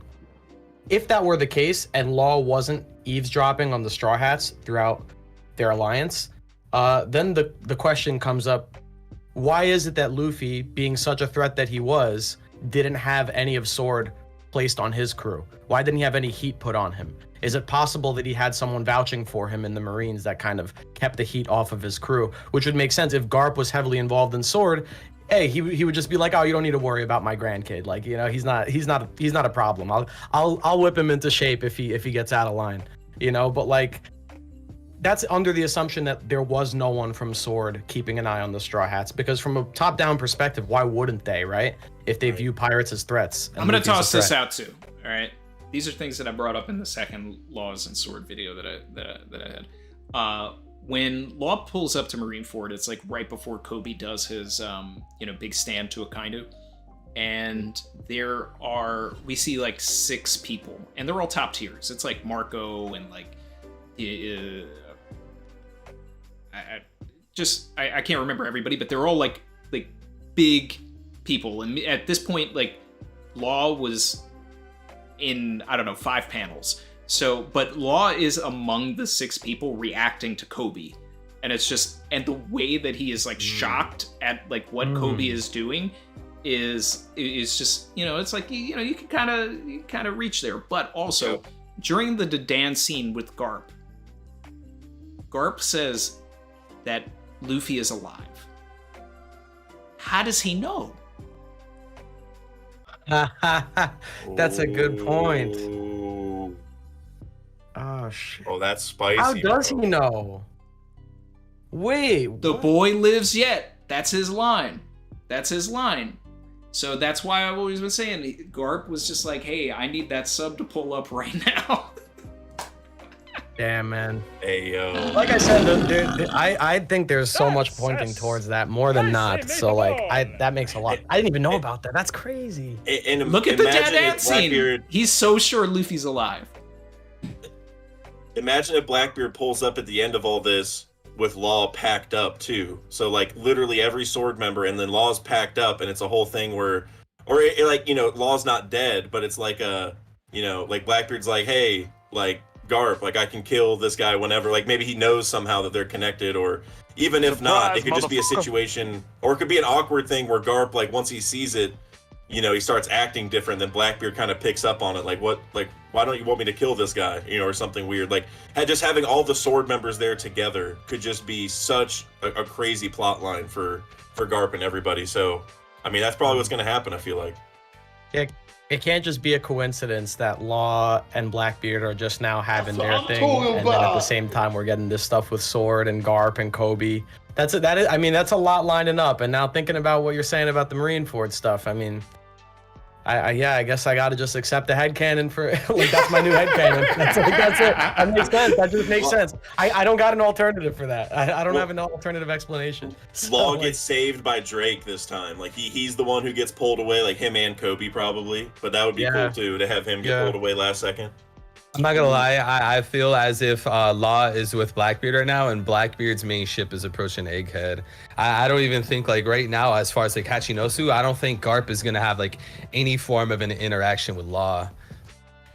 I can't. I feel like all the events I don't want Law at Egghead. Like, I've had Law for 10 years. with the Straw Hats. Like, I'm good. I'm so good. Just make him a Marine, tie him into this sword stuff. Like, just... All right, so if Law turns out to be at Hachinosu with Blackbeard, what would your reaction like genuinely be? Just out of curiosity. Probably, all right. Here comes this guy who's every Straw Hat to steal panel time again. Like, look, don't get me wrong. Like, Law is a cool character, but he sucks up panel time from the Straw Hats because he's Vegeta. Like, he comes in and then everybody else just becomes like Yamcha, Tien, and and Krillin. It's just he has such a presence in the story. He's so just anime cool, and he literally is everyone. Like, he can do everything. He can do everything. He's a doctor, which which just nullifies Chopper. Castrates him completely. Like, he's sneaky like Sanji. He's smart. Swordsman. He's a swordsman. He's sneaky like Sanji, so he gets to do the cool thing that Sanji would normally do. He gets used for the lore dumping that Robin should be used for. He becomes the exposition tool. And for the entire time skip, he was our navigator. He took us to Dressrosa. He took us to Zoe. Like, it's so true. Damn. It's so true. He's just been running the show, man. I love Law so now. I love Law now. That's crazy. I've always loved Law, but I love Law, but I agree. And if he's a member of Sword, he was a liar the whole time. Wow. You know what? That actually makes it okay then. Like, if that was like a whole act, I'd be like, damn, man, hats off to you, bro. Like you did it. Oh man, I don't even know how this sits in my mind. With like, I didn't even like think of it this way, but like earlier when we were talking about like all the ties between now and the parallels now to Marineford, it didn't even like occur to me. Wait, Law was also at Marineford, so if Law approaches Egghead, then like that's even more pointing towards like these constant Marineford parallels, as well as like Aokiji being on Egghead as well. I think Oda's cooking like some like I want to say not a Marineford, maybe. I can't decide if it's like Marineford 2.0 or 1.5, but higher than 1. Maybe, why don't we get philosophical with it, Randy? Why don't we say this? Why don't we say that if Law is all the Straw Hats, then maybe Law is all the Straw Hats without Luffy, and Kid is Luffy without the Straw Hats. That's like the equivalent there. Where like Kid is like Luffy without the support net of like a good group of like a good crew. But behind him, and Law is like he's able to do the job that all the crewmates can do, but he doesn't have the spunk that Luffy has. And he has to be that because his crew is trash. It's trash, exactly. Trash. Yeah, so they're all fodder Marines. That's the dynamic. He had to pick up the slack for everybody. Wow, that's like the typical typical teamwork, esque approach to a character. Like this guy Luffy's gonna become the Pirate King because he had a crew, he had the right mindset, he had all these things in place, and like all these other characters surrounding Luffy and like even like other competitive pirates, they might have like this one little thing Luffy has, but they don't have like this other thing Luffy has. Luffy's like the full picture. Yeah. Like, look at all the similarities between Luffy and Kid, and then like the Straw Hats and Law. Like all these characters, even Blackbeard and Luffy, you can see how like Blackbeard excels in certain areas that maybe Luffy does or doesn't, but Blackbeard's not gonna have insert thing here that Luffy has. Well, that's the thing. That's like that's what I like about Luffy and the Straw Hats, is it feels like they really are the complete package, and then you can see where other crews are lacking when you compare them side by side. You can see that Law has to pick up the slack for whereas Luffy can be the macho guy at the head of the ship. He has the crew to back him up. He has everyone doing their job. Law has to basically. I wasn't familiar with everything. Chachi's game though. I wasn't familiar with Chachi's game. Chachi's all right. It's just like it feels like Law's hard carrying. The man's back must be hurting. You know what I mean? Absolutely. So it's like must be killing him. So Where's it's Beppo like at, bro? Yeah, exactly. Well, but I mean, like the. Like I go back to this, like one of the worst things I've ever seen in the series, and I don't mean this as like a writing thing for Oda. I mean like as a like in the story, like the worst thing I've seen a character do is heat and wire just handing over the poneglyphs. Like, here are our hopes and dreams. Like, we hate ourselves. We hate our captain. Like, just like, this is it. They can't tell me not to do this, and I'm not him. So you just take this, Shanks. And then they get That's teabagged. exactly what I meant. Yeah, that's exactly. So that's like Kid's situation is like Kid is like that Luffy personality, but he doesn't have that. He doesn't have that support net behind him. They just handed over the poneglyphs. They didn't stick up for their captain or his dream. They just kind of. I don't need a Kid redemption arc though. Yeah. I don't need it. I just like I'll be okay if Killer's alive though. Like, they pull up to Elbaf and they meet this dude and he's like all messed up or whatever, and then we realize, like, because we don't know, and it's like Killer with his mask off, and he like tells us a story. That'd be cool. But it's Killer like deserves better, man. He's the captain, and and if Kid dies, he can actually be the captain. But he's gotta, like, even if Kid is alive, like, he needs to, like, Heat and Wire need to get disciplined. And by disciplined, I mean they need to, like if Kid's a murderer, he needs to murder them. Like, this is like, that would actually be cool for Kid. Yeah, no, I mean that's in character, but that's the thing. Like, if he comes back, isn't the implication with, like, if Kid does come back and does get a redemption arc, that he has to change as a person, right? Like, the way which is Bellamy, and Bellamy did it better. And it's like, if we're gonna to go back to Bellamy, the secret Bellamy summit, it's like Bellamy's going to come back. So and that was the person who, just everything that Kid embodies, being the Luffy without plot armor, being the opposite of Luffy and everything, like, that was Bellamy, and Bellamy did it better. So I don't need Kid back. Yeah, I think, like, having his crew utterly destroyed, it's basically like killing Kid. Like, his journey ends here. He wanted to be Pirate King. Like, I don't think Kid ever deserved to step foot on Laugh Tale anyways. Man was about to kill the Puddle Pirates. Like, let's be real. What's the possibility of Kid doing a 3D 2Y? Like, come on, that's not gonna happen. Like, no, exactly. We don't have time for that, and he has no purpose even stepping foot on Laugh Tale either. So he's done. Exactly. I've been saying we needed something to manufacture a way out for him in the story, because he is not Luffy's rival. Blackbeard is. Okay, so this is where allow me to begin my TED Talk. This is my hardcore agenda, because I've been trying to tell people that it's intentional. Luffy, Law, and Kid, the triangle, going to Wano, fighting the Emperors. It's very obvious Oda wants us to think about those three guys. So boom, they all three leave Wano going separate directions.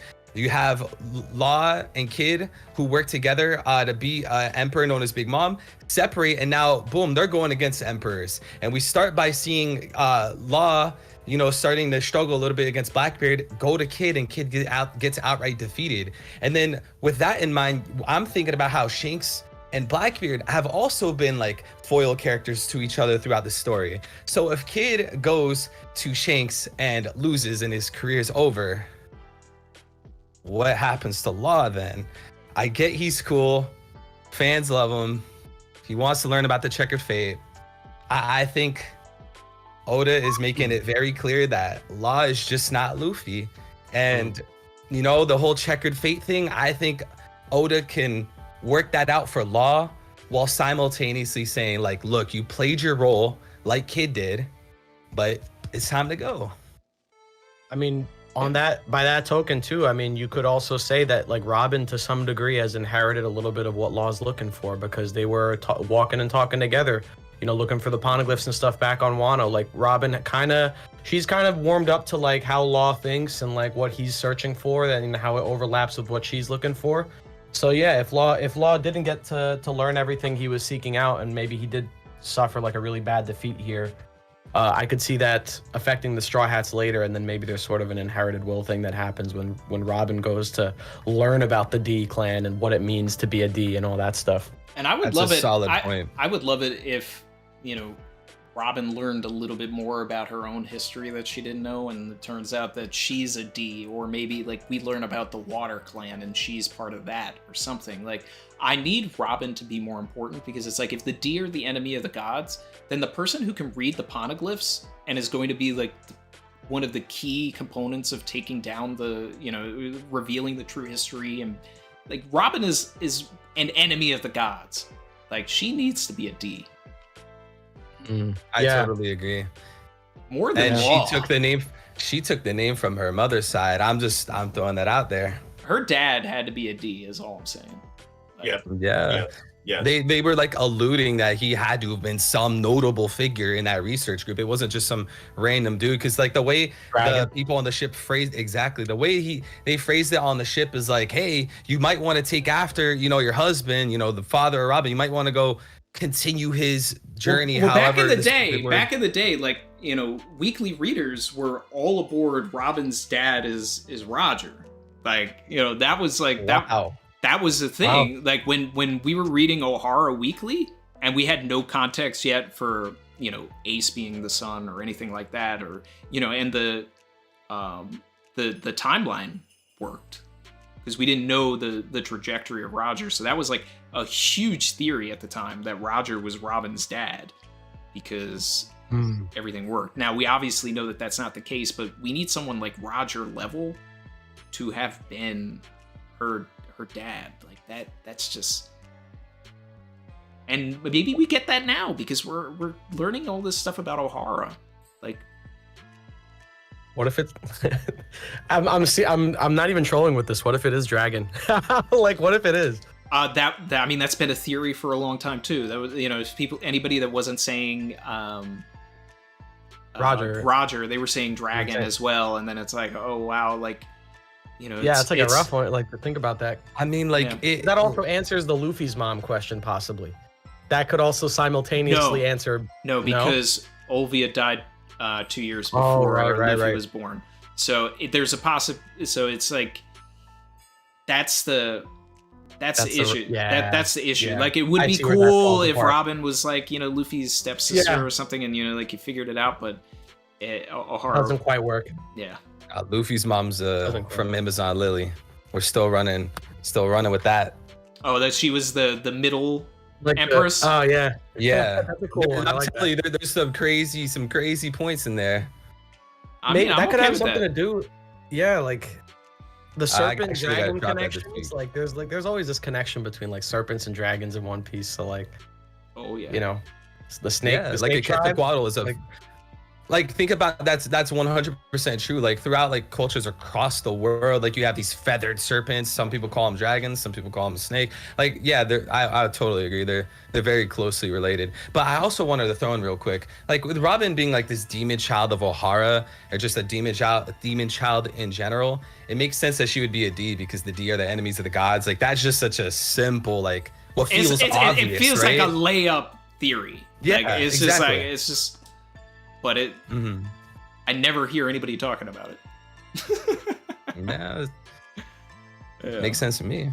JP Legend said, do you think Blackbeard is currently going to Elbaf since he somehow knows Shanks isn't there? He's somehow always a step ahead of Shanks. I don't think Blackbeard needs to go to Elbaf. I mean, it would be cool. Like, here's the thing. Like, if Oda was building towards a proper Ragnarok, and like the battle royale that we were gonna have was at Elbaf, I'm totally down for it. But with all the way that the pieces are moving, it's almost like, you know, we're getting this gigantic battle royale right now at Egghead and maybe Fulalead. It's just like, I don't know what's gonna happen. Yeah. I mean, if you think about it, the islands are kind of situated in a way where, like, Egghead is the furthest from Winter Island and stuff, and Elbaf is in the middle. So, like, if he does want to go to Egghead, he would pass somewhat near Elbaf. So it's kind of like, I don't know. I guess it depends what his plan really is. You know, what's going on. It also depends what's at Elbaf. Well, because remember how they got the straws? Like, Law went directly towards the red line or whatever, which is Winter Island, right? So that was like west, right? Whatever direction that was. And then Kid got the next shortest one, so that was northwest. and then Luffy went to north or whatever that was. But Elbaf was in the middle of the three because that's where Kid went. Because remember, he got the middle straw. Right. Yeah, I just feel like it really just depends on what's at Elbaf. Like if there's something there to actually bring Blackbeard to the island, which is like we don't have a confirmation. Law has the other three. He doesn't have. If there is a road poneglyph on Elbaf, Law would not have that one, right? He'd have the other three if Blackbeard's taken them. So that could be it if he knew that. I think the final road poneglyph being on Elbaf makes sense because it seems to me like there's a pattern. All of the poneglyphs that were in like Paradise before the New World, they like all of them have like a partner. So like when you think about the poneglyph they found on Skypiea, super high in the air, like high altitude, they had to climb this huge tall tree to get to the Zo poneglyph. Then when you think about the Alabasta poneglyph in Paradise, it was in a secret vault. It goes back to Big Mom having her poneglyph in a secret vault. So there's a few poneglyphs in Paradise that correlate with another one in the New World, except for the poneglyph that was under a tree in Ohara. And then when you look at Elbaf, it's like it's screaming in your face, hey, there's a big important tree here. So it seems like if every other poneglyph besides the Ohara has like that parallel to a poneglyph in the New World, then the one in Ohara underneath the tree will parallel with poneglyph under Elbaf being there, pretty much. Yeah, I think what really the thing that like I'm trying to figure out is if there was a road poneglyph on Elbaf, it would have had to have been one that was always like there from the beginning, like the one on Zo, right? Because Elbaf is such an ancient country, but we know that at least one of the road poneglyphs is missing from its original location, being the one that was next to the Joy Boy poneglyph in Fishman Island. What I come to at the conclusion with that is that Big Mom, that must be the one that Big Mom had, because Fishman Island was her territory, and after it became her territory, since she's taken over, that poneglyph's gone, right? So like maybe that's the road poneglyph she had on Whole Cake Island. But if that's not the case, that brings up the question of like, have the other poneglyphs that we've gotten thus far included the missing one, or is that one now on Elbaf? Like how are, you know? I want to make sure I understand you properly. Oh, I'm sorry. Yeah, sure. I was gonna say, Roger said that he got one of those rubbings from Big Mom. So she had that one however long ago. Yeah. Okay, so that means the one on, he said we already got this one from Big Mom or Leland. He said, I think. Okay. Yep. So the Fishman Island poneglyph is the fourth one in question. Then. And I'm thinking Shanks is a logical person to protect it. Like, what if that's what Roger told Shanks? That's like my leading idea is like, you know, like one day you need to move this thing, or I don't know how he would have worded it, but basically like that's his job is to like be the guardian. So I don't know. Again, he probably had a good way to put it, but like. Basically, go move that thing, put it in Elbaf, because that's like the strongest place that's allied with us right now and whatever. And that's why Shanks is there. Like Oda just told us he's already there. So he's like the guardian of it. Yeah. And now this could make where if Blackbeard did show up, if this is the Ragnarok, like again, Luffy has to meet Shanks. I don't know how Oda's going to put it all together, but it would make sense. Like what if Shanks stays on Elbaf, Blackbeard shows up. It's like, okay, like this is it. Beat me. You know, like I'm stopping you from getting there kind of deal. Yeah, it's like it's almost like the expectations are being crystallized because like for a long time fans would say the road poneglyph is on Elbaf because Shanks is affiliated with Elbaf. And like that stems because Shanks's Red Force ship is a Bracker ship, which is Nordic, and like how Shanks relates to Tyr is also relating to Elbaf. So there's always like that idea that the final road poneglyph would be on Elbaf because Shanks is affiliated. But with that recent chapter, we actually get to see Shanks on Elbaf. He's cool with everybody. He's that guy. So it's like, all right, all these things are starting to crystallize. What about that poneglyph under the tree in Ohara then? Could I posit another possible location for the poneglyph? Go for it. Please. So if the one that Roger got from Big Mom was the one that we saw, so Big Mom did not take the Fishman Island poneglyph. So how did that Fishman Island poneglyph move? Who else could have moved it? Well, there was another person that had that territory at one point before Big Mom, and that was Whitebeard, another one of the emperors. Now, if Whitebeard, now we know that he wasn't after the One Piece, but the only other person that had that territory was him. He was the only other emperor. He was the quote-unquote closest to the One Piece. And it was in Roger's time that the poneglyph was there. So it had to have happened after Roger's time. So someone else had to have done it. The only person from that time I can think of would be Whitebeard. Now, this is where I have to ask, So you think it's on Sphinx? Is it on Sphinx Island possibly? And is that one of the things that's being hidden there? Those treasures that Whitebeard's been sending back to Sphinx Island. Has he sent a road poneglyph there? Yeah. See, what I like about that is it gives us a scene where Luffy gets to visit Ace's grave. Yes, that's exactly. That's it ties it all together quickly too, like for the story, because he's got to end it somewhat soon, right? You also have what's her name? The older lady that was made from the clone sissy, Bakins. Because Bakins was, remember, she's obsessed with getting the Whitebeard treasure, and it's like, okay, I guess you can argue it's a bunch of gold in a treasure chest, standard pirate money, but that seems kind of strange in One Piece. Exactly, it seems kind of. It's just a big rock, exactly, and that would be like, that's the beauty of it. She's trying to get rich and make get famous and have this all this wealth, trying to get the treasure, but it's gonna be like a poneglyph, which won't really make her money anyways. You know, it's gonna be something that doesn't even fit what she wants exactly. Yeah, that's why I think it makes sense as a possibility instead of Elbaf that it's on Sphinx, and that's gonna have to be a detour. Muglatan that's a great reason. Super chatted to say that he agrees and thinks that it's safe in Elbaf and that Shanks stole it from Fishman Island. I've always wanted to go to Sphinx, so I'm on board with that. Like, I thought instead of Egghead, that's where we were going to go, so that we have that private moment with Ace's grave, and maybe that's where the poneglyph is, and we get Marco exposition. That was before Oda gave us 2 panels to be like, oh yeah, I forgot Marco was in this arc, and essentially, if it's in Elbaf, then I would say it's wherever the books are. Yeah. So, I mean, we have to go there anyway. We have to see Saul.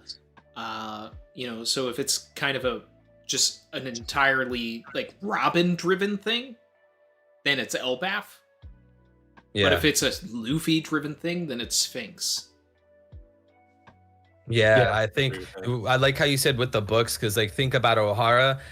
They were famous for their big tree. This is the library of O'Hara, and beneath that was the basement, which is where they had the poneglyph. So if we know, like, they took all the books and all the information and all this documentation from O'Hara, or at least some of it, and brought it to Elbaf, then I would understand why maybe the island and the country of Elbaf is like, all right, what if we make our own tree? Instead of the tree of knowledge, or we could do Tree of Knowledge 2.0, and we'll have our books and our studies in the tree like how O'Hara did. Matter of fact, let's even throw the poneglyph underneath the tree. But that might actually be a blunder if the world government ever goes to Elbaf suspiciously, because they might remember how O'Hara had the poneglyph in the basement of a tree. So, or what if they did it in the Atom tree, because then it's like they can't knock it down. It's like, all right, we can't risk this happening again. We're gonna put it in the safest place, and that's like the Atom tree.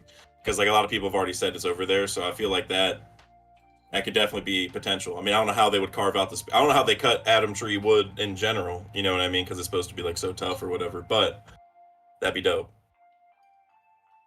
Man, we're sitting here talking about the possibility of a rock being in a tree.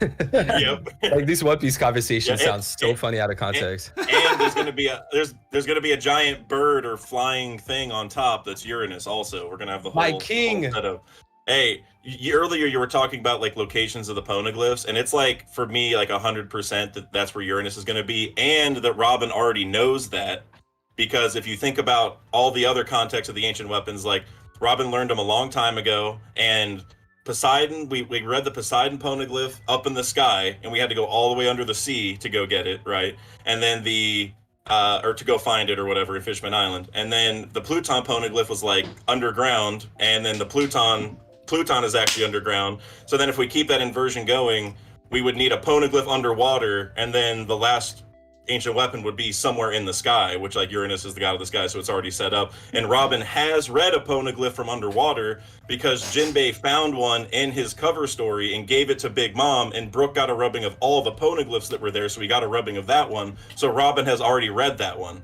So I think Robin read that one, it said where Uranus was, and she already knows that, and so whenever we go, she's going to bring it up.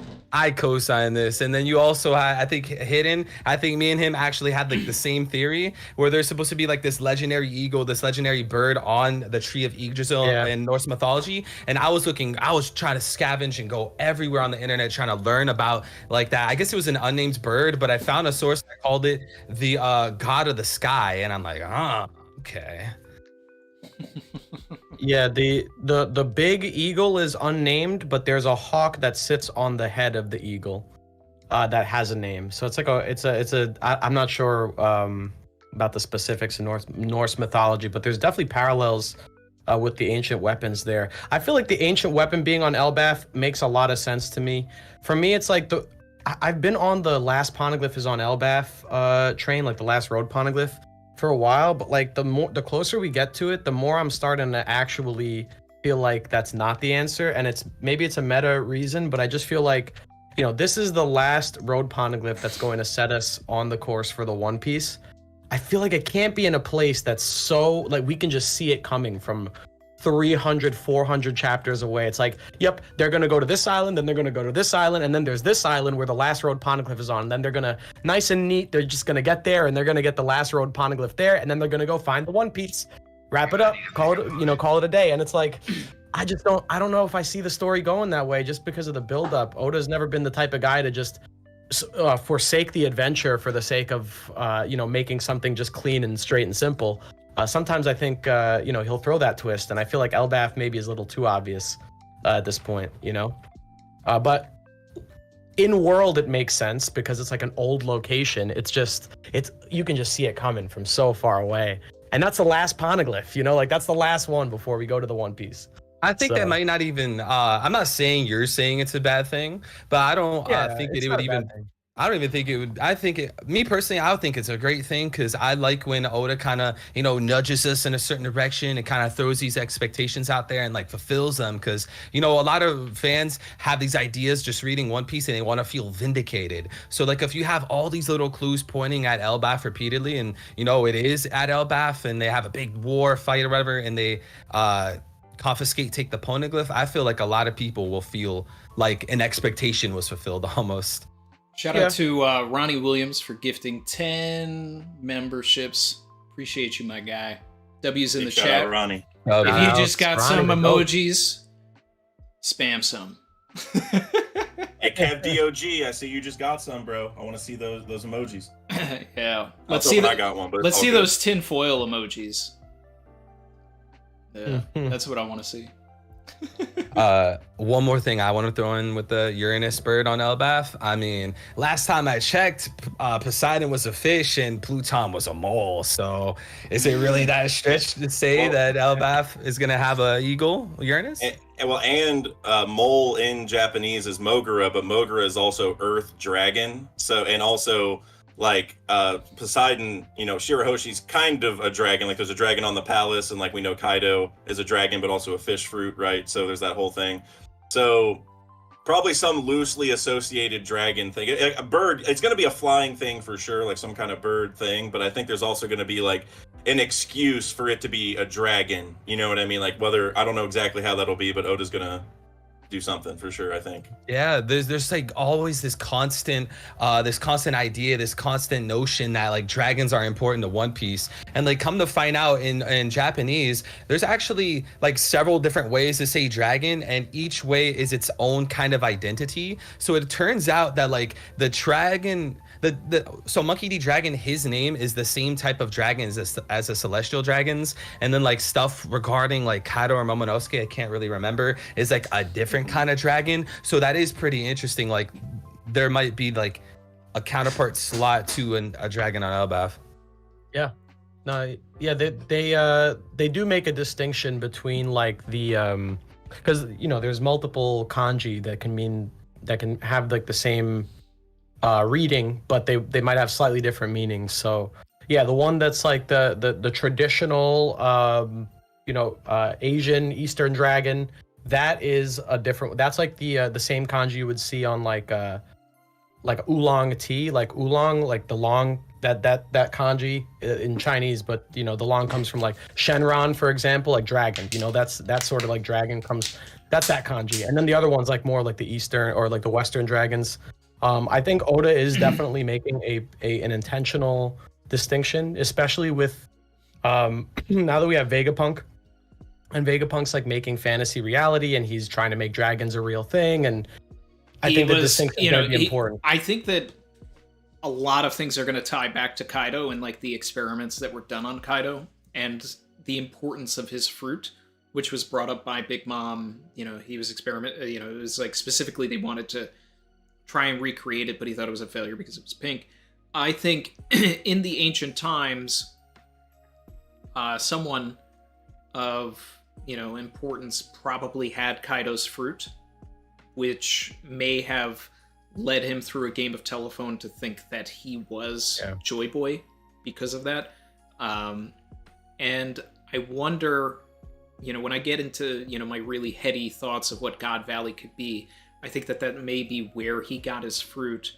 And considering that Kaido essentially sided with the world government and the Celestial Dragons in his flashback and even in the present by feeding them guns, that he may have betrayed Rocks. He may have, there's a version where he sees a bunch of people like bow down to him because he's a dragon, like the Celestial Dragons that are on God Valley. They're just like, whoa, this is the prophecy, whatever. And then he turns on, them, and, it's like, and then maybe that's a call to why we have that Big Mom scene of like, like, what did you do? Why'd you run away? Like, but and he got also there. Yeah, and then you have in the Nolan flashback, right? If it's still like this game of telephone, you have them worshiping Kashi, which is this blue snake, right? So it's like if there was something that was like just thrown through the ages, like this blue dragon or whatever, and then they just have this giant blue snake, and that's what they attribute it to. I feel like there needs to be a correlation to why the Skypiea, the Jaya snake was blue, and Kaido is also blue, and why they worshipped it. Yep, and if you think about it, there's sky races that worshipped a blue sea snake-like thing as a sun god, and then King, who's a Lunarian, another sky race, worship Kaido, who's a blue sea snake thing, technically, as Joy Boy, right? Like it's like a very direct parallel between the two. And so, and if, like I said earlier, with like the poneglyph setup, it's kind of like if Shira, or if the god of the sea is found in the sea, and the god of the underworld is found, in the underworld, like way underground, then the god of the sky should be found in the sky somewhere, which we talked about, Elbaf. But I also think it hatched from the egg on Roger's ship, probably, right? Now that's like a whole other discussion, maybe. But then it's like, where did that egg come from? And it would make sense, like, what if it came from Skypiea? Because we know that those snakes were already reproducing, and it's like, and we know that, like, Shirahoshi doesn't look anything like her parents. It's just like at some point in like that lineage, it's just like all of a sudden, it's like just because she's huge, right? She's like way bigger. It's like very odd. So it's like, I think maybe those snakes, like Nola and and the Kashi, whatever they are called, Kashi, the next one in that line, I think, was that egg, and Roger took it because of God Valley. He knew that they were looking for it, right? He's like, okay, well now maybe Rocks revealed it, or the Celestial Dragons or whatever talked about it, and that's why Kaido left so quickly. Maybe he's like, he found out, oh, Uranus is going to be in the sky somewhere, and it's probably something like him, like he, some kind of connection there. But then Roger, maybe he was already friends with the Skypians, which is backed up by the fact that whenever we went to Skypiea with Odin, it was literally like they got there and were immediately at the poneglyph, which like Enel didn't even know the poneglyph was there. He was like, what are you talking about? Like a gold bell or whatever, you know what I mean? So, Roger definitely has some weird connection to the Skypians, and all these blue snakes definitely stand out a lot. So I think something happened back there in God Valley. Maybe is like a much bigger version of what we saw in Nolan's flashback, like something, and some that's blue snake thing. And that's why I also think, I think there's a version where, we have a story that's very much like Chopper's, where, one of these, giant snakes like Nola and Kashi may have eaten the Nika fruit, and then that's another reason why, and then it was able to turn into, a humanoid like Chopper almost. We already have a basis for that in the story.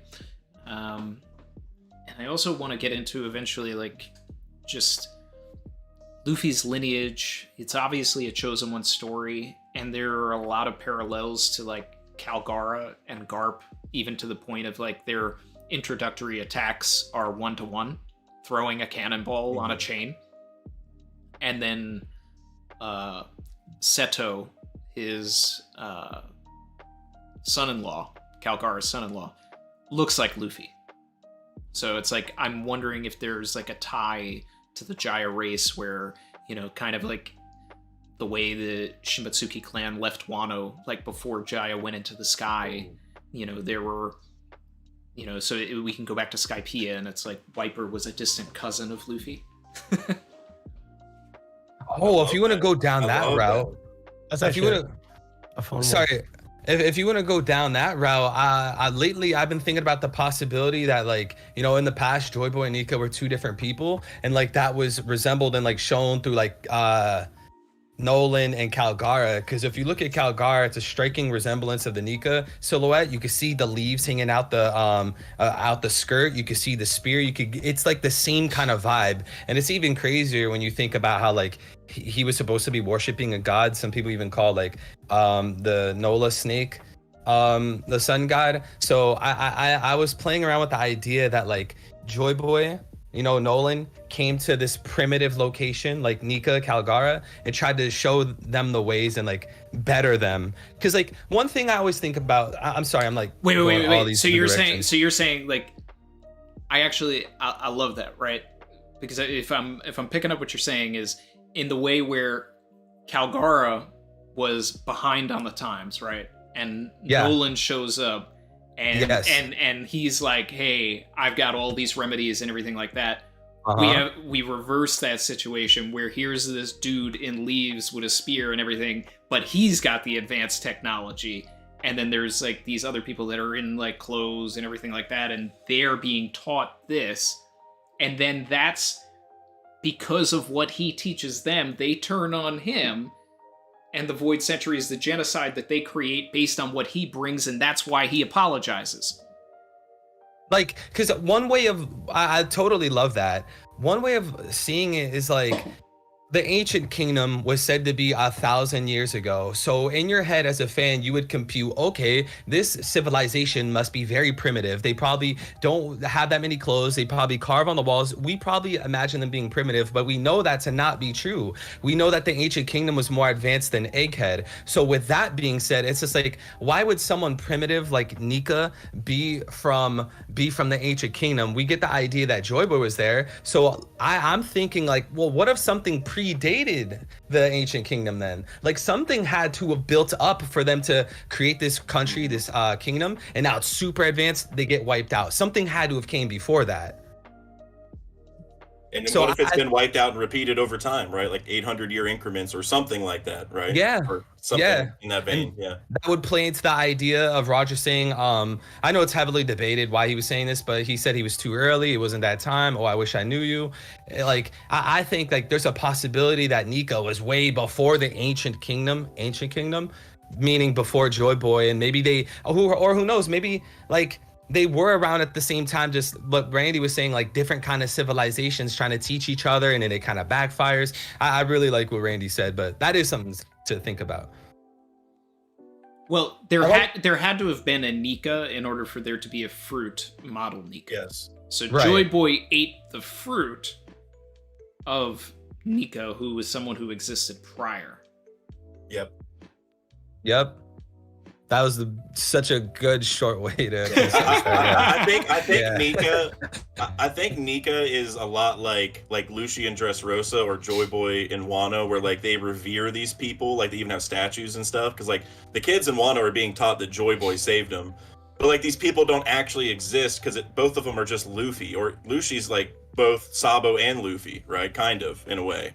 So it's like these people don't actually exist, but they're just like legends of like perfect people in a way, like which are like what they call gods, because like in their mindset they are, but in reality it's just Luffy. Like he's not, he's just a kid who ate this fruit and stuff, but to them, because he saved them and beat the big bad and all that, they get revered that way. And I think Nika's the same way. There was probably someone well before this that beat some evil, and like all like these tribal nations who like, the information probably doesn't spread very easily because it's probably like at the start of, not humanity necessarily, but they probably weren't communicating with Den Mushis and stuff. So all of them probably just were like, oh yeah, the legend of Nika, like sun god Nika saved the whole world, and like they just don't, like the fact it's like just a normal person who was really strong never gets shared. It's just that legend. And so that's what I think Nika is. Whenever Joy Boy ate the fruit, it's probably like the ancient kingdom looked back at like their history, their religions that they had in the world, and they're like, Nika saved us 800 years ago and let us build up to this ancient kingdom that we have. We're going to name this fruit after him because the powers are just like what he had. even so, basically, it could still just be rubber powers. They just named it the Zone Fruit Nika because that guy did the same thing, like that legend that they heralded throughout time, you know. So that's what I think. It's just some strong person who just got, you know, a name like Luffy does multiple times, you know. That's a cool idea, and it also like kind of says something about like when Luffy talks about like how he doesn't want to be a hero. Yes. Maybe it's because he recognizes that being a hero comes with that kind of worship that people give you. You know, the way that people treat you as a hero, that you get treated like, you know, how Nika or Joy Boy got treated. Luffy doesn't want that. He doesn't want people to bow to him or treat him like some legend or some, you know, he just kind of cares about his own thing. He just wants his own freedom, you know, and he doesn't want his quest for that to interfere with others, people's freedom, you know. He doesn't want them to bow to him. And Gear 5th makes you look so different. So like if again, we've seen Gear 5th in multiple other ways with Sulong and with the energy pills from Fishman Island. So it could even be a situation where like the first Nika probably wasn't even named Nika. They probably got that name like Luffy has all these other names that he uses to like, so he doesn't get that attention like you were just saying, Hidden. And so it could just be where like someone tapped into the same thing that Sulong does essentially, right? Like they figure out how to do that or whatever it is. They just, basically they looked like they were in Gear 5th, and it could just be, that's why the fruit got that name. You know, it's like they figured that out a long time ago, like whether it's increasing your heart rate or some kind of life return to the extreme, whatever that form is that like Sulong has already shown us and stuff. It's like maybe someone did that, then they created these fruits and someone was able to do that with the fruit, and they're like, oh, that's the Nika fruit. You're doing what he did. And then it's, you know, then it's just tons of like, we're playing telephone all over the place. I know this is like, one. I was just gonna. I'm sorry, Three. I'll be quick. I was just gonna say like, this all kind of. This is a little bit of a far cry from the sword thing, but like just the whole idea of like, Nika being this hero, being this like god of the sun, and you know we're kind of getting this at the same time that we're learning about like devil fruits and the technology of the ancient kingdom. It kind of calls into question like how he earned this title, what that title means exactly, you know, how does this relate to the energy source that Vegapunk is looking for, whatever they powered all their technology with. So like these are all the questions that come up, and one thing that I keep thinking of, and I had this idea a long time ago when I was trying to like think about like what devil fruits were, but I thought about like light being a big part of that, you know, how devil fruits function. Sure. And now that we see like with Nika, right? And Nika's like his big theme is the color white, and his moves have that like that, they're named after the color white, you know, Shiroi or Don and all that stuff. You know, the sun, even though we depict it as yellow, it's actually white, and the light that comes from the sun, it's all the colors of the spectrum combined to make white. So like we have Luffy with his crew, and they're all represented by colors of the rainbow, and then now they're captained by Straw Hat Luffy, who can become the sun god, and he turns white, the combination of all those colors into one. So it's like maybe light and maybe this like ancient energy and all this stuff does connect to this ancient sun god, and that may not be one-to-one with Joy Boy. It could be something else entirely. It might come from,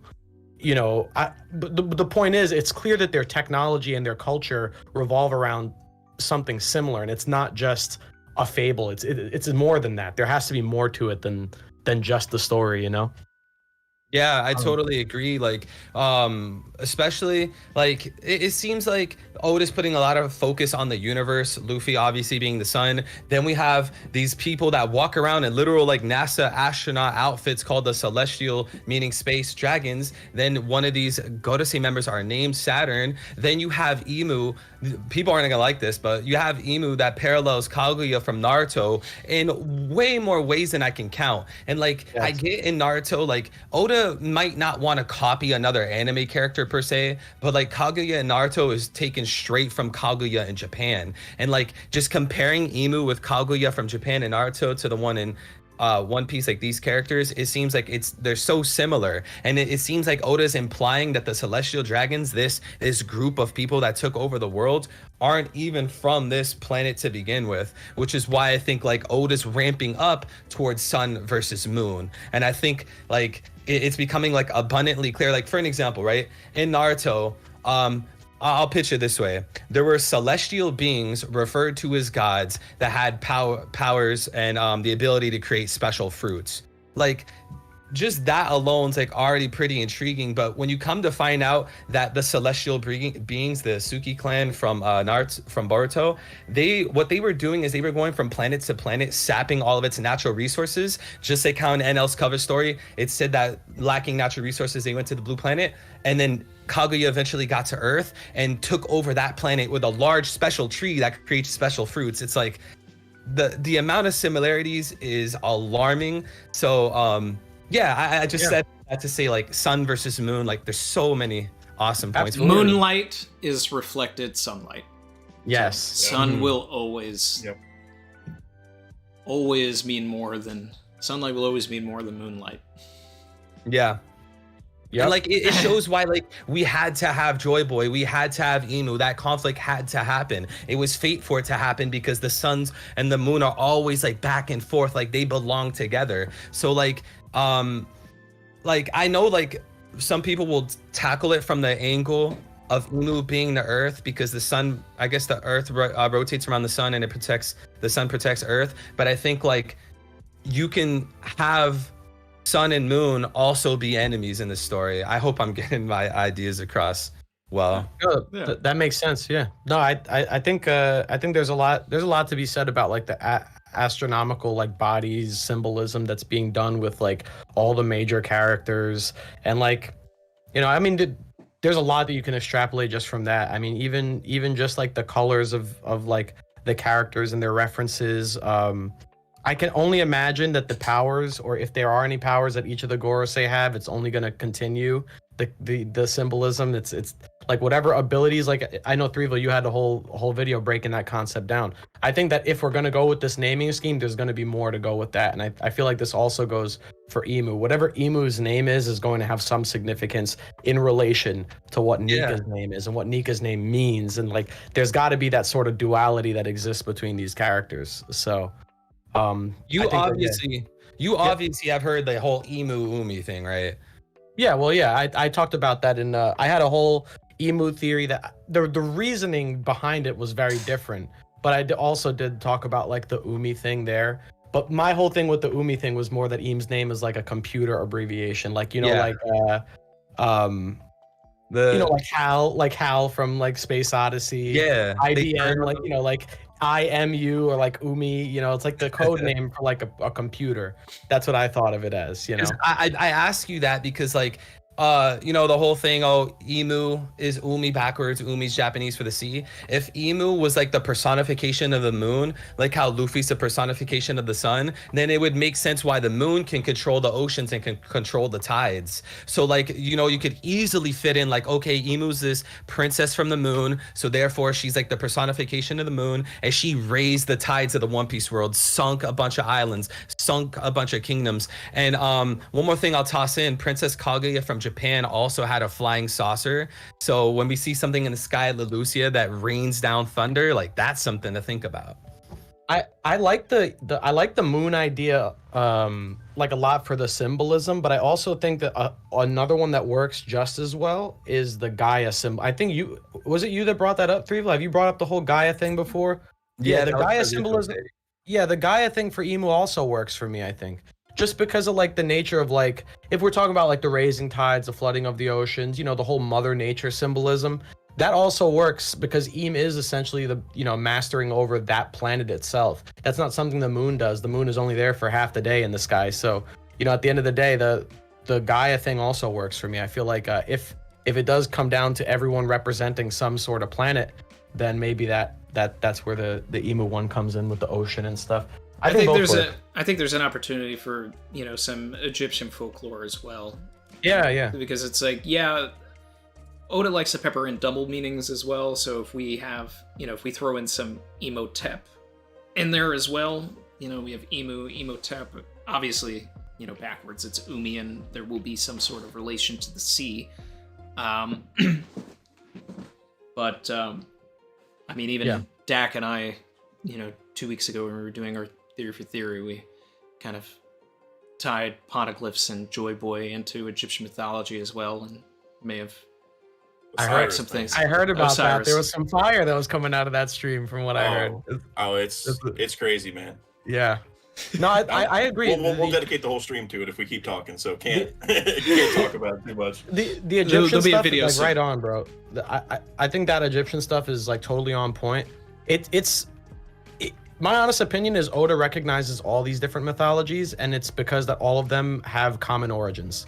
All the Greek mythology, Egyptian mythology, Babylonian mythology, Norse. even the Eastern, Norse mythology, all of it branches off. And if you follow the branches back down far enough, they all have a common point of origin.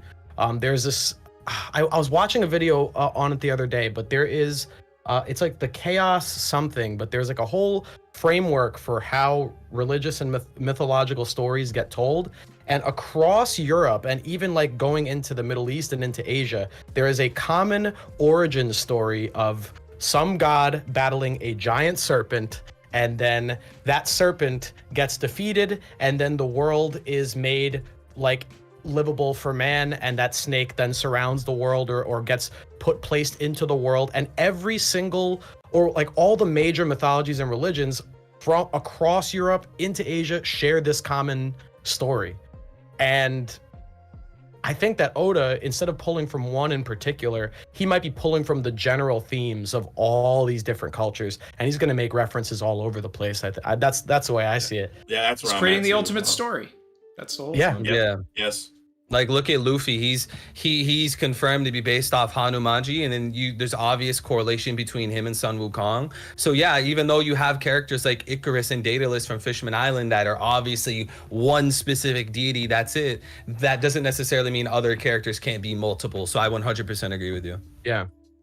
He's kind of making his own mythology here, like using all the others in a way. So he's just blending everything together. I'm gonna convert to Nikaism soon, man. Yeah.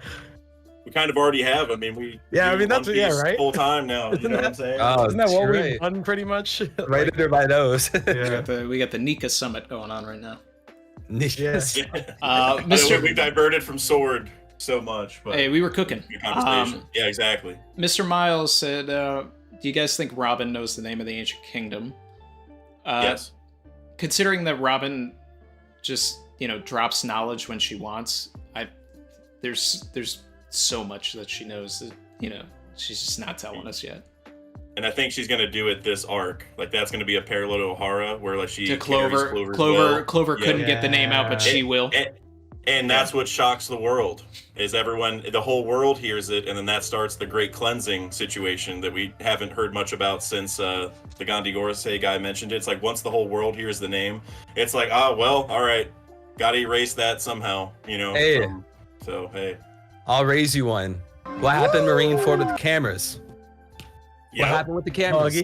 Yeah. So how like when they say like, oh, this incident taking place tomorrow is gonna shock the world, no one's gonna expect it, this huge incident, like it could be anything at this point. So what does Vegapunk want to do?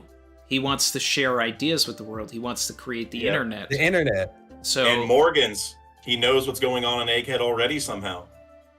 Hey, I mean, you want to get Morgan's involved? That just means my girl Vivi's gonna get involved, and that's we're here for it. He's like, all right, Vivi, you said you want to go to Egghead, meet up with the Straw Hats. All right, and then they head over there, and it's like then he records the moment where Robin says it because he just arrives, and then Vivi's there too, and they all go together to Elbath. I'll see you guys here for the Vivi Summit when that happens.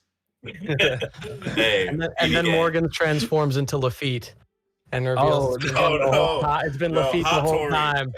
No, you know what I'm expecting, bro? Sabo's finally gonna make it out. He's gonna be like, all right, I made it from the Reverie. I saw Lafitte on the throne. Like, imagine that. No, I really do want Vivi to be our lens into what happened at the Reverie. So if it's when we finally get that explanation to the Straw Hats of what happened, I want it to be first person from her. That would be the best situation for me. Mr. Miles also asked, anyone else notice that every Straw Hat Devil Fruit user can turn giant? Chopper can. Interesting. Robin can now. Robin can. Brooke creates a giant soul form. So, yeah. Checks out. I missed it. I'm sorry. I missed what was said. Every Straw Hat's Devil Fruit can make you giant in some way. Monster Point, Luffy's Awakening, Robin can Demonio do Floor. it, and then Yeah. Brook with the giant soul. The form. Brook one's a trying- reach. Brook is Yeah. a reach, but That's I like it. hardest one. I'm trying to gauge like how intentional that is, you know, because I feel like Robin's is intentional Well, I because think she also has ties to Saul and Giants already. But yeah, it's just a consequence of writing a shonen manga with a power system, and it's like, okay, how do we make this power level up and get stronger? We just make it bigger. Yeah, well, that's also Yeah, I Oda's agree. way Yeah. of just doing everything. He draws all of these like villains so tall because he wants Yeah. Luffy to look small in comparison. So Yes. like having the main characters become giants in some way is just his way of, you know, showing their superiority over their opponent at that moment.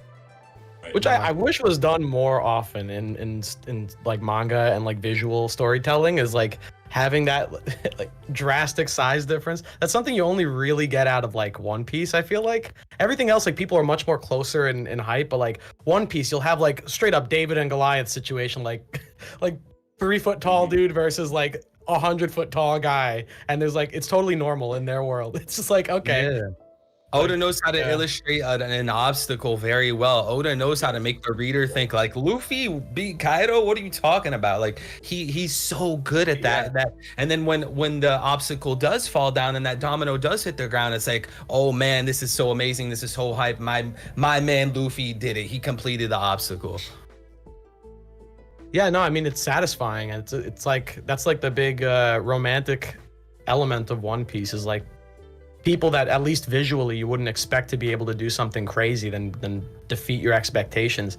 This man, and that even goes for the One Piece characters. Like they meet Luffy, they just see him as some like scrawny dude. They don't expect him to start stretching and turn it into cartoons and stuff, you know? Like they're not ready for that. Every opponent underestimates him the same way every time, and they always get their butts kicked at the end. And you know, it's like that's the satisfaction for us. To bring it back to Sword, do you guys think that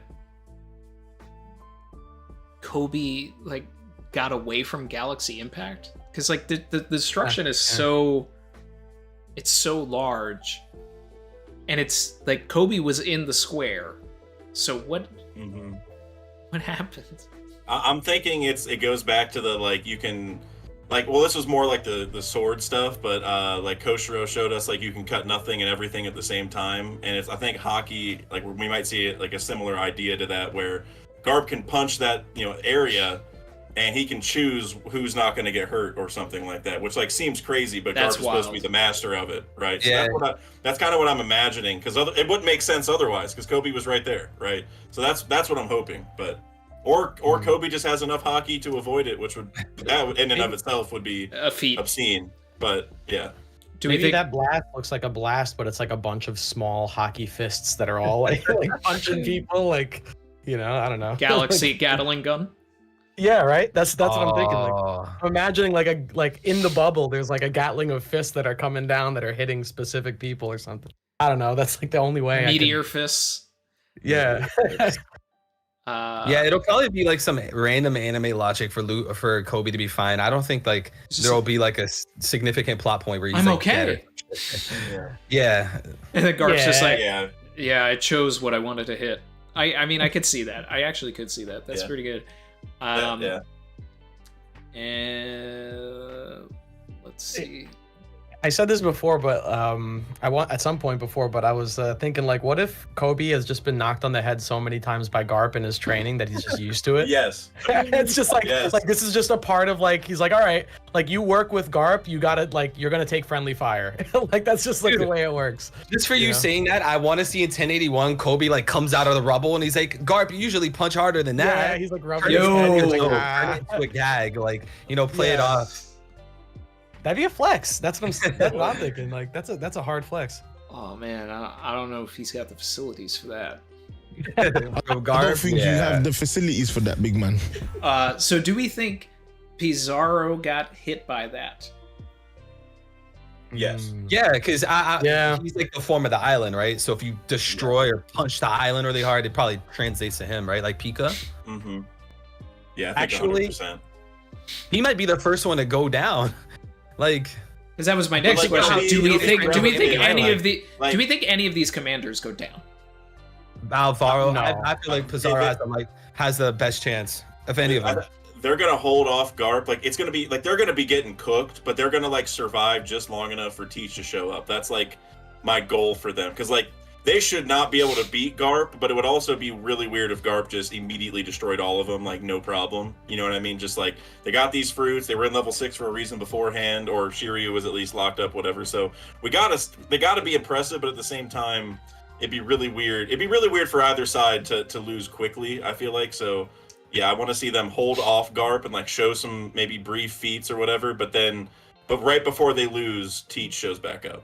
I think like there's been too much build up towards Garp that it would like I feel as if it would be a crime for him to lose against the Blackbeard Pirates if Blackbeard himself isn't there. Because then like I get it, like you have a group of people, I understand that, and they could like jump him or whatever. But it seems like at the end of the day, it's kind of like these non-Blackbeard guys taking out the hero of the Marines. It almost makes it seem like they're up to par with Garp himself, and that seems strange to me. So Yeah, that's not gonna happen.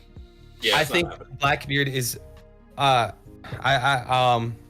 do I word this? I think Blackbeard's most likely headed to Egghead, and I'm more curious about like, okay, well, I highly doubt Garp is gonna suffer and lose to the Blackbeard Pirates. So what happens to them? Because I don't see Blackbeard losing a significant part of his crew. For me, if Blackbeard doesn't go to Hachinosu at this point, then what's the point of this whole situation? Unless Kuzan is there, like it's. You need the moment that pushes the story forward.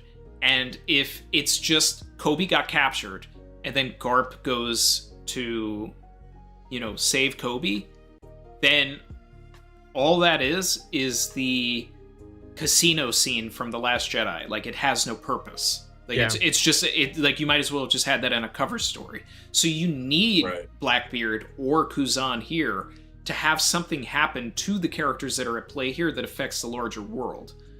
One of the cool things that's happening here in the first place is we're finally seeing, we got a little bit of it in Marineford, but we're seeing tactics from the Marines that are like just really good. Like this is an organized group. They know how to utilize everyone's power to get everything in position. My fear is that everybody is so tactical that maybe they're not powerful. And Garp is the powerhouse. So it's like Kujaku has an interesting fruit that can be used, in the way that it's being used, but maybe she's not, the best fighter. Bruce uses clones. Maybe he doesn't fight. Maybe he just uses his clay people.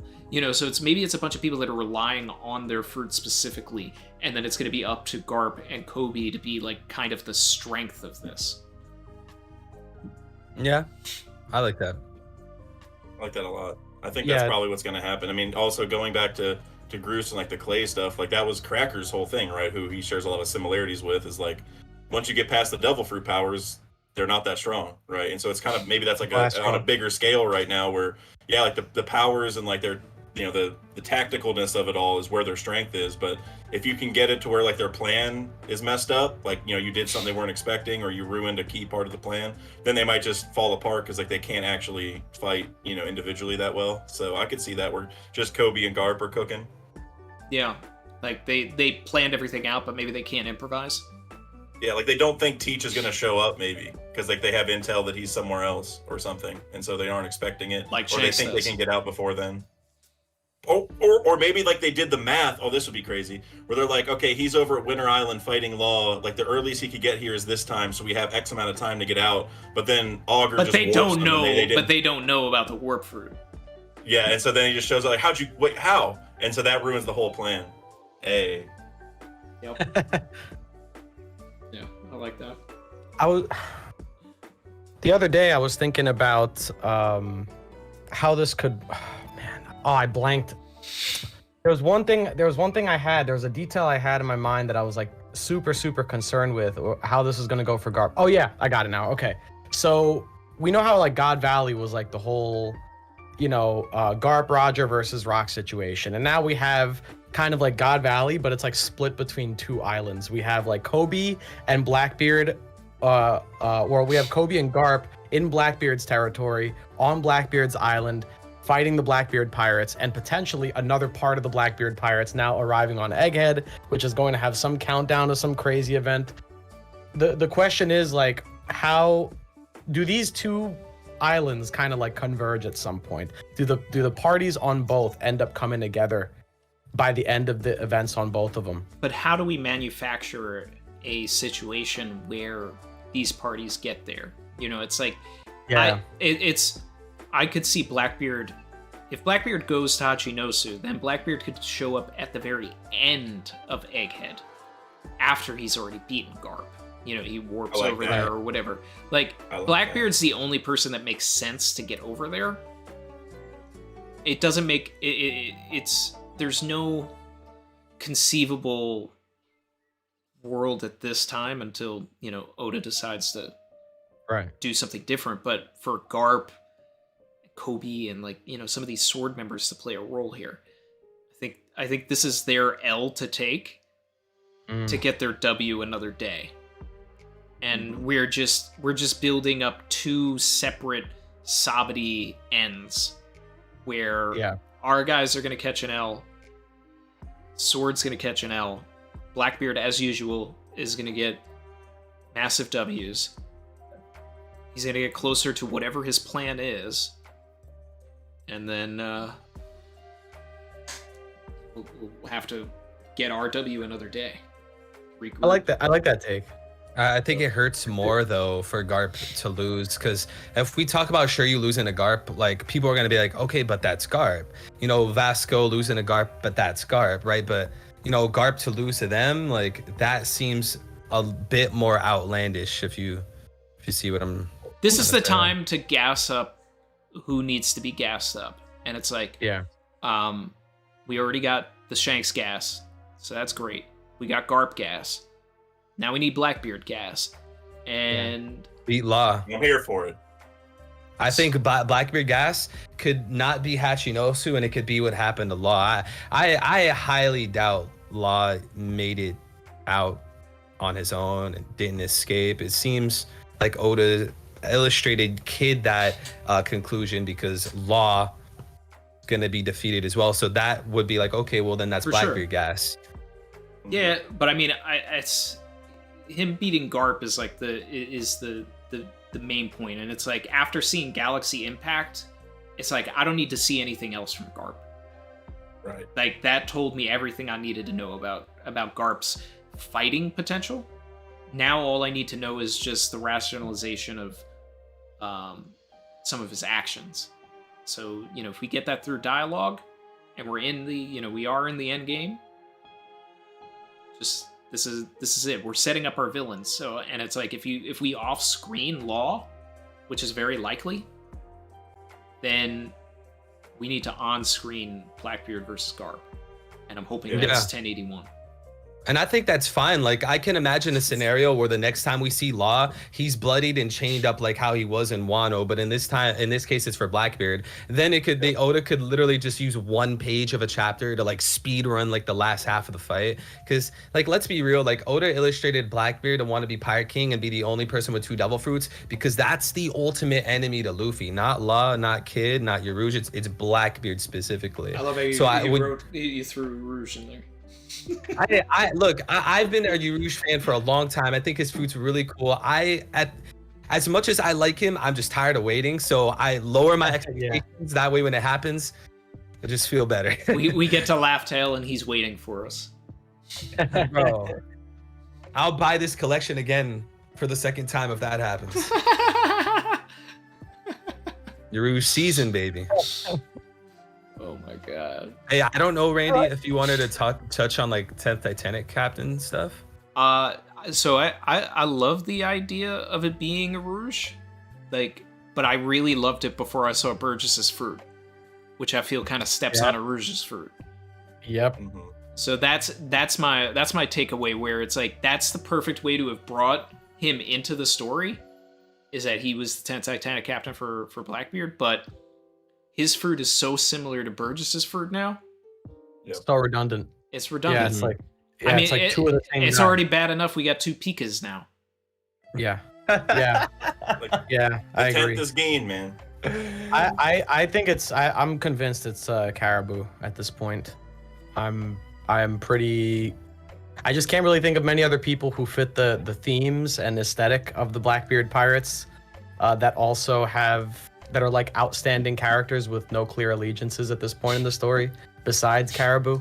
And he has a lot of really good information on him right now about like ancient weapons, stuff with Vegapunk, and right now he is currently on Egghead, yes? Mm-hmm. But he is not being accounted for on any of the panels that we're talking about, like who could the traitor be, who's sneaking around the island. Not that it's Caribou, but the point is the fact that I feel like collectively we've all stopped talking about the fact that Caribou is also a player on Egghead right now, and that there's a Blackbeard ship pulling up to Egghead, possibly to pick up a crewmate that might be already there. I feel like the 10th Titanic one could be Caribou, if anyone. Yeah, because that's the cleanest thing. The interesting thing about like the 10th Titanic is it seems to be like whoever this person is, it's meant to be a secret. It's meant to be something more on the intelligence side, because when you look on if you look at the rest of Blackbeard's crew, it's just people with devil fruits, like complete powerhouses. So I get the vibe that Oda's trying to illustrate, like, look, this 10th Titanic captain, it's about secrecy. Like, this person's going out, they're probably a spy, they're probably under like covert operations. So when I look at it from like that point of view, someone like Caribou does fit the bill. Like Caribou, sure, he might not be strong, he might not hang with Zoro, but he fits like that kind of vibe of like this 10th guy that's in secrecy, that's probably like a spy, because he's intentionally not saying who it is. So it has to be something of the intelligence vibe. That's why I want it to be Crocodile, though. So because it's different, That's why I want it to be Crocodile. But it is, but it is the cleaner way to have it be Blackbeard, because then it's like, maybe Shanks knew that Blackbeard was going to Wano because he needed to pick up Caribou. Yeah. And then it's like they're going to Egghead because they're going to go pick up Caribou. But but then that messes with my own headcanon that they need a snake, or they need a variation of the Mero Mero no Mi, which is what's already been set up. Since, it's like Crocodile's whole thing was Pluton. So it's like for Caribou to know where Pluton is and have somebody that he needs to communicate with, and that drawing of Mr. 10 in the color walk, it's like I love it if it's Crocodile, because it brings that full circle and has a narrative purpose to bring Cross Guild into the story. But if it's Blackbeard, it's Blackbeard. One like what is it, wrench in the machine for like Caribou though, is like when he goes out and says like, oh, I found this ancient weapon, I can't wait to tell him, I can't wait to tell this guy. Like, I feel like it could easily be his brother that he's referring to, but simultaneously I'd be so it seems mad. like, that's the Marco message all over again. Like, why would you be so secretive? Like, give that vibe if it was like someone that, same with Aokiji. If Aokiji, like, I always thought, man, Aokiji, he fits the bill for 10th Titanic so well. That's why in Dressrosa, they mentioned the 10th Titanic captain at the beginning. Then at the end, it was said that Aokiji was working with Blackbeard. I always thought Aokiji fit the bill. But we're at this stage where it's like, doesn't it feel a little too late? Like, isn't it too late to say it's Aokiji? Shouldn't he have done that like far sooner? Or am I like misguided here? I feel like that'd be anticlimactic at this point, Like, why not just say it? Because we had in Road to Laugh Tale, like version 2, I think, one of those. It showed Blackbeard's crew, like it had the 10th Titanic captains in boxes, and then had like one box grayed out for the 10th Titanic captain, but then had Aokiji in a separate section, which like that's not like the proof of all proofs, but it's like it's pretty illustrated that there is a 10th and Aokiji separate, and it would just be weird for Oda to change it up and just make that the answer. I feel like he could have just said it by now, So Ronnie Fazio in the chat said, what about Stussy as the 10th Titanic captain? I love that. And I love that because I want Stussy to be bad. Like, her fruit and everything, she's a menace. She's a monster. Like, I would, and if Blackbeard has a second female on his crew, like that's I need that. Yeah. That's what I see. That's what I want more than anything. Like, well, I mean, maybe not more than anything in this arc or anything, but like, I want Stussy's so broken that for her to be on our side seems redundant. Like, we should be trying to fight her and run from her. Like, turn this into a horror story where she's, like, knocking out our people and just going for everybody's neck. And if she manages to get Luffy and then Luffy's out for a while, and then the crew has to kind of, you know, collect themselves because Stussy is bad, like, that's fun. That's what I want to get into. I don't need her on our side. I need her to be a menace. The interesting thing about Stussy is, like, there's that clear contrast between her and Caribou. Like, both characters can fit the bill for the 10th Titanic because they're secretive, they're covert, they have information. But the important thing about Stussy is we know Stussy and Bakins was already connected to Zebek, and people talk about how Blackbeard's connected to Zebek. More importantly, Stussy was in the underworld, so that can offer a ton of benefits for someone like Blackbeard. Like, it seems like Stussy is the more serious Caribou, the more credible. But tell me this though, if Caribou was on Blackbeard's crew, that means that both the Straw Hats and Blackbeard would have a deer on their ship. They would have Chopper, and then they'd have Caribou on the other one. So so I mean, just think, now weigh that against all the logic you just used and tell me which one seems more likely now. All right. This was a good stream. Who would have thought? All right. Not me. How did that not even occur to me? His name's literally Caribou. His name's literally, yeah. It's like we got one dude that's named Tony Chopper, the Japanese, you know, Tonakai. So we have deer on one and Caribou on the other. There you go. Well, and what's really important though about Checkmate. Caribou that I think needs to be answered is the Garubu connection or whatever, right? Yes. Like the revolutionary guy. And that I think could tell us a lot, like, about this whole situation. Like, Caribou being with Blackbeard is cool, but then I would also really want to know, like, how this Revolutionary Army connection works too, because you would assume Caribou's like carrying that will, or he's gonna have some important connection to him. And I guess I don't know. That to me is the answer I need before I know what Caribou's doing. Like, what was that? Because that had a whole cover story for it. So obviously it's gonna be important in some way. So.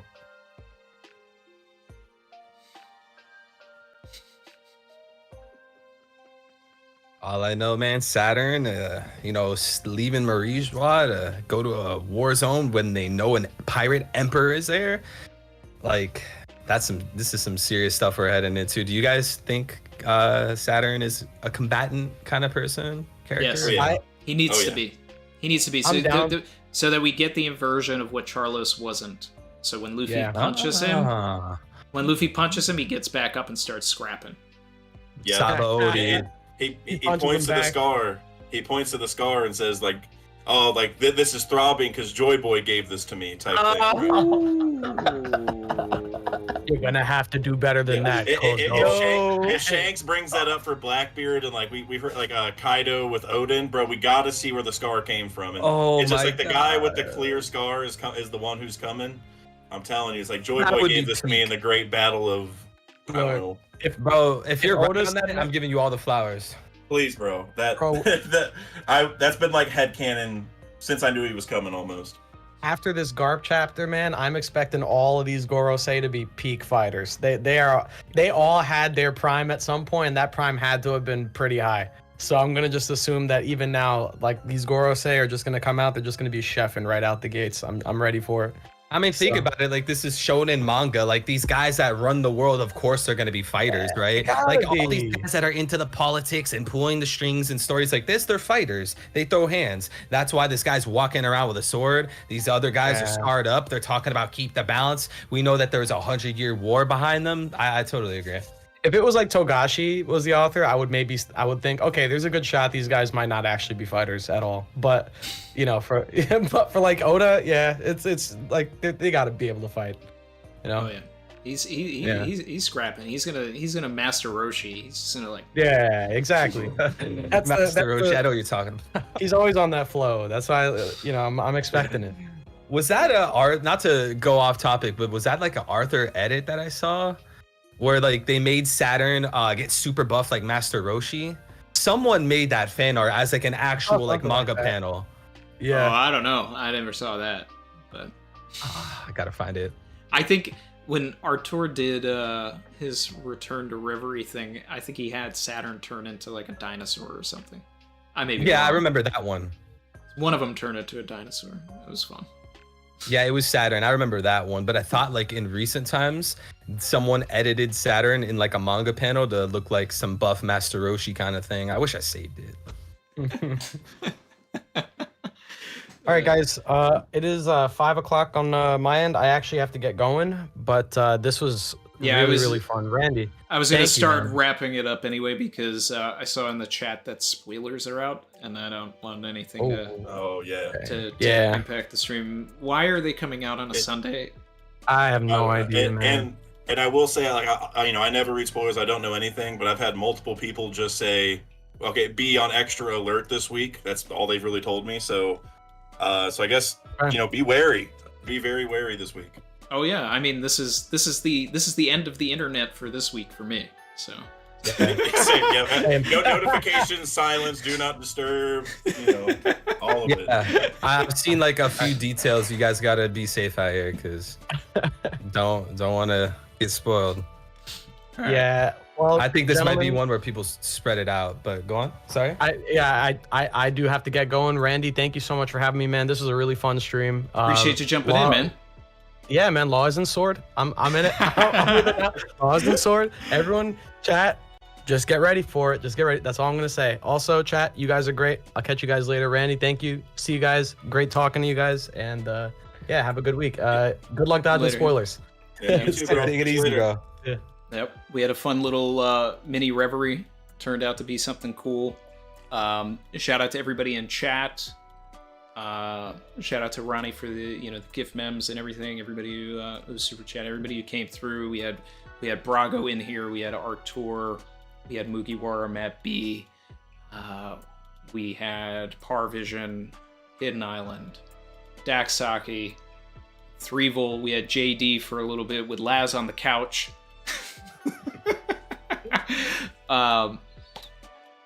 Dak, Threevil, you want to say something to the people before we start, we really wrap up here?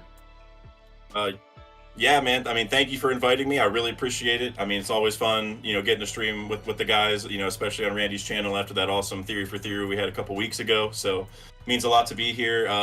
Couple things I want to mention real quick is just, obviously I'll be doing the reaction on Thursday and stuff as normal, but I do want to mention, I've only said this on Discord, so this is like the first real public announcement is I'm doing a stream with Teching on Friday on my channel, so be on the lookout for that. So it'll be fun. Nice. Yeah. W, bro. Teching wanted to be here today, but he had a family obligation. And then Threevil, so you're going to be starting your own collab series now. You want to shout that out to the people?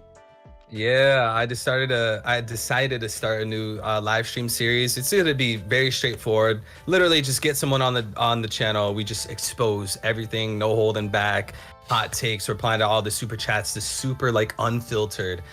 So I got that coming up, and I did step away from videos as of recently, but I have a few in store coming out very soon. Stuff like Luffy's mom, Emu Moon God 2.0. I also have this idea that Vars is the original Earth God. I have tons of ideas on the way, so I'm very excited, and of course, very thankful and very grateful to be on this channel and stream today. Lots of fun, as always a blast, and I appreciate everyone being here. Yeah, I wanted you here, man, especially for this, man, because I knew you were, I remember from back in the day, your love for the the sword talk and everything. So I was like, well, if we got some sword lore, I gotta get my boy in here, and so I appreciate you guys coming in. Soon enough, there is when I get it done, we're gonna do a video expanding upon what Dak and I talked about 2 weeks ago. And that should be a good video, man. I'll be sharing that. I'll be sharing it. And guys, anyone who watched that, we found a few things to add on to it that just make it even way more legit, in my opinion. Y'all ain't ready. That's all I gotta say. Yeah. So we're gonna end this here. Everybody have a good week. Hope you guys, stay away from spoilers as well.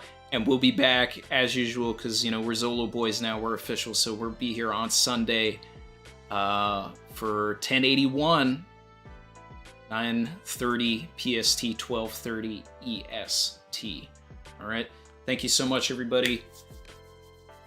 Like, comment, subscribe. If you're feeling the vibe, check out everybody that was here in the stream today, and I'll see you soon.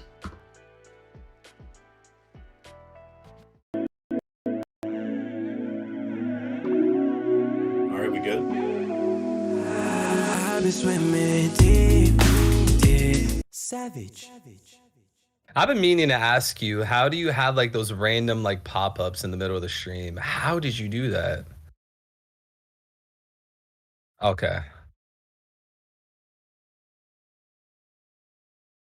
So you don't use Streamlabs, you use regular OBS? Yeah, me too. Did you get like a certain stream deck?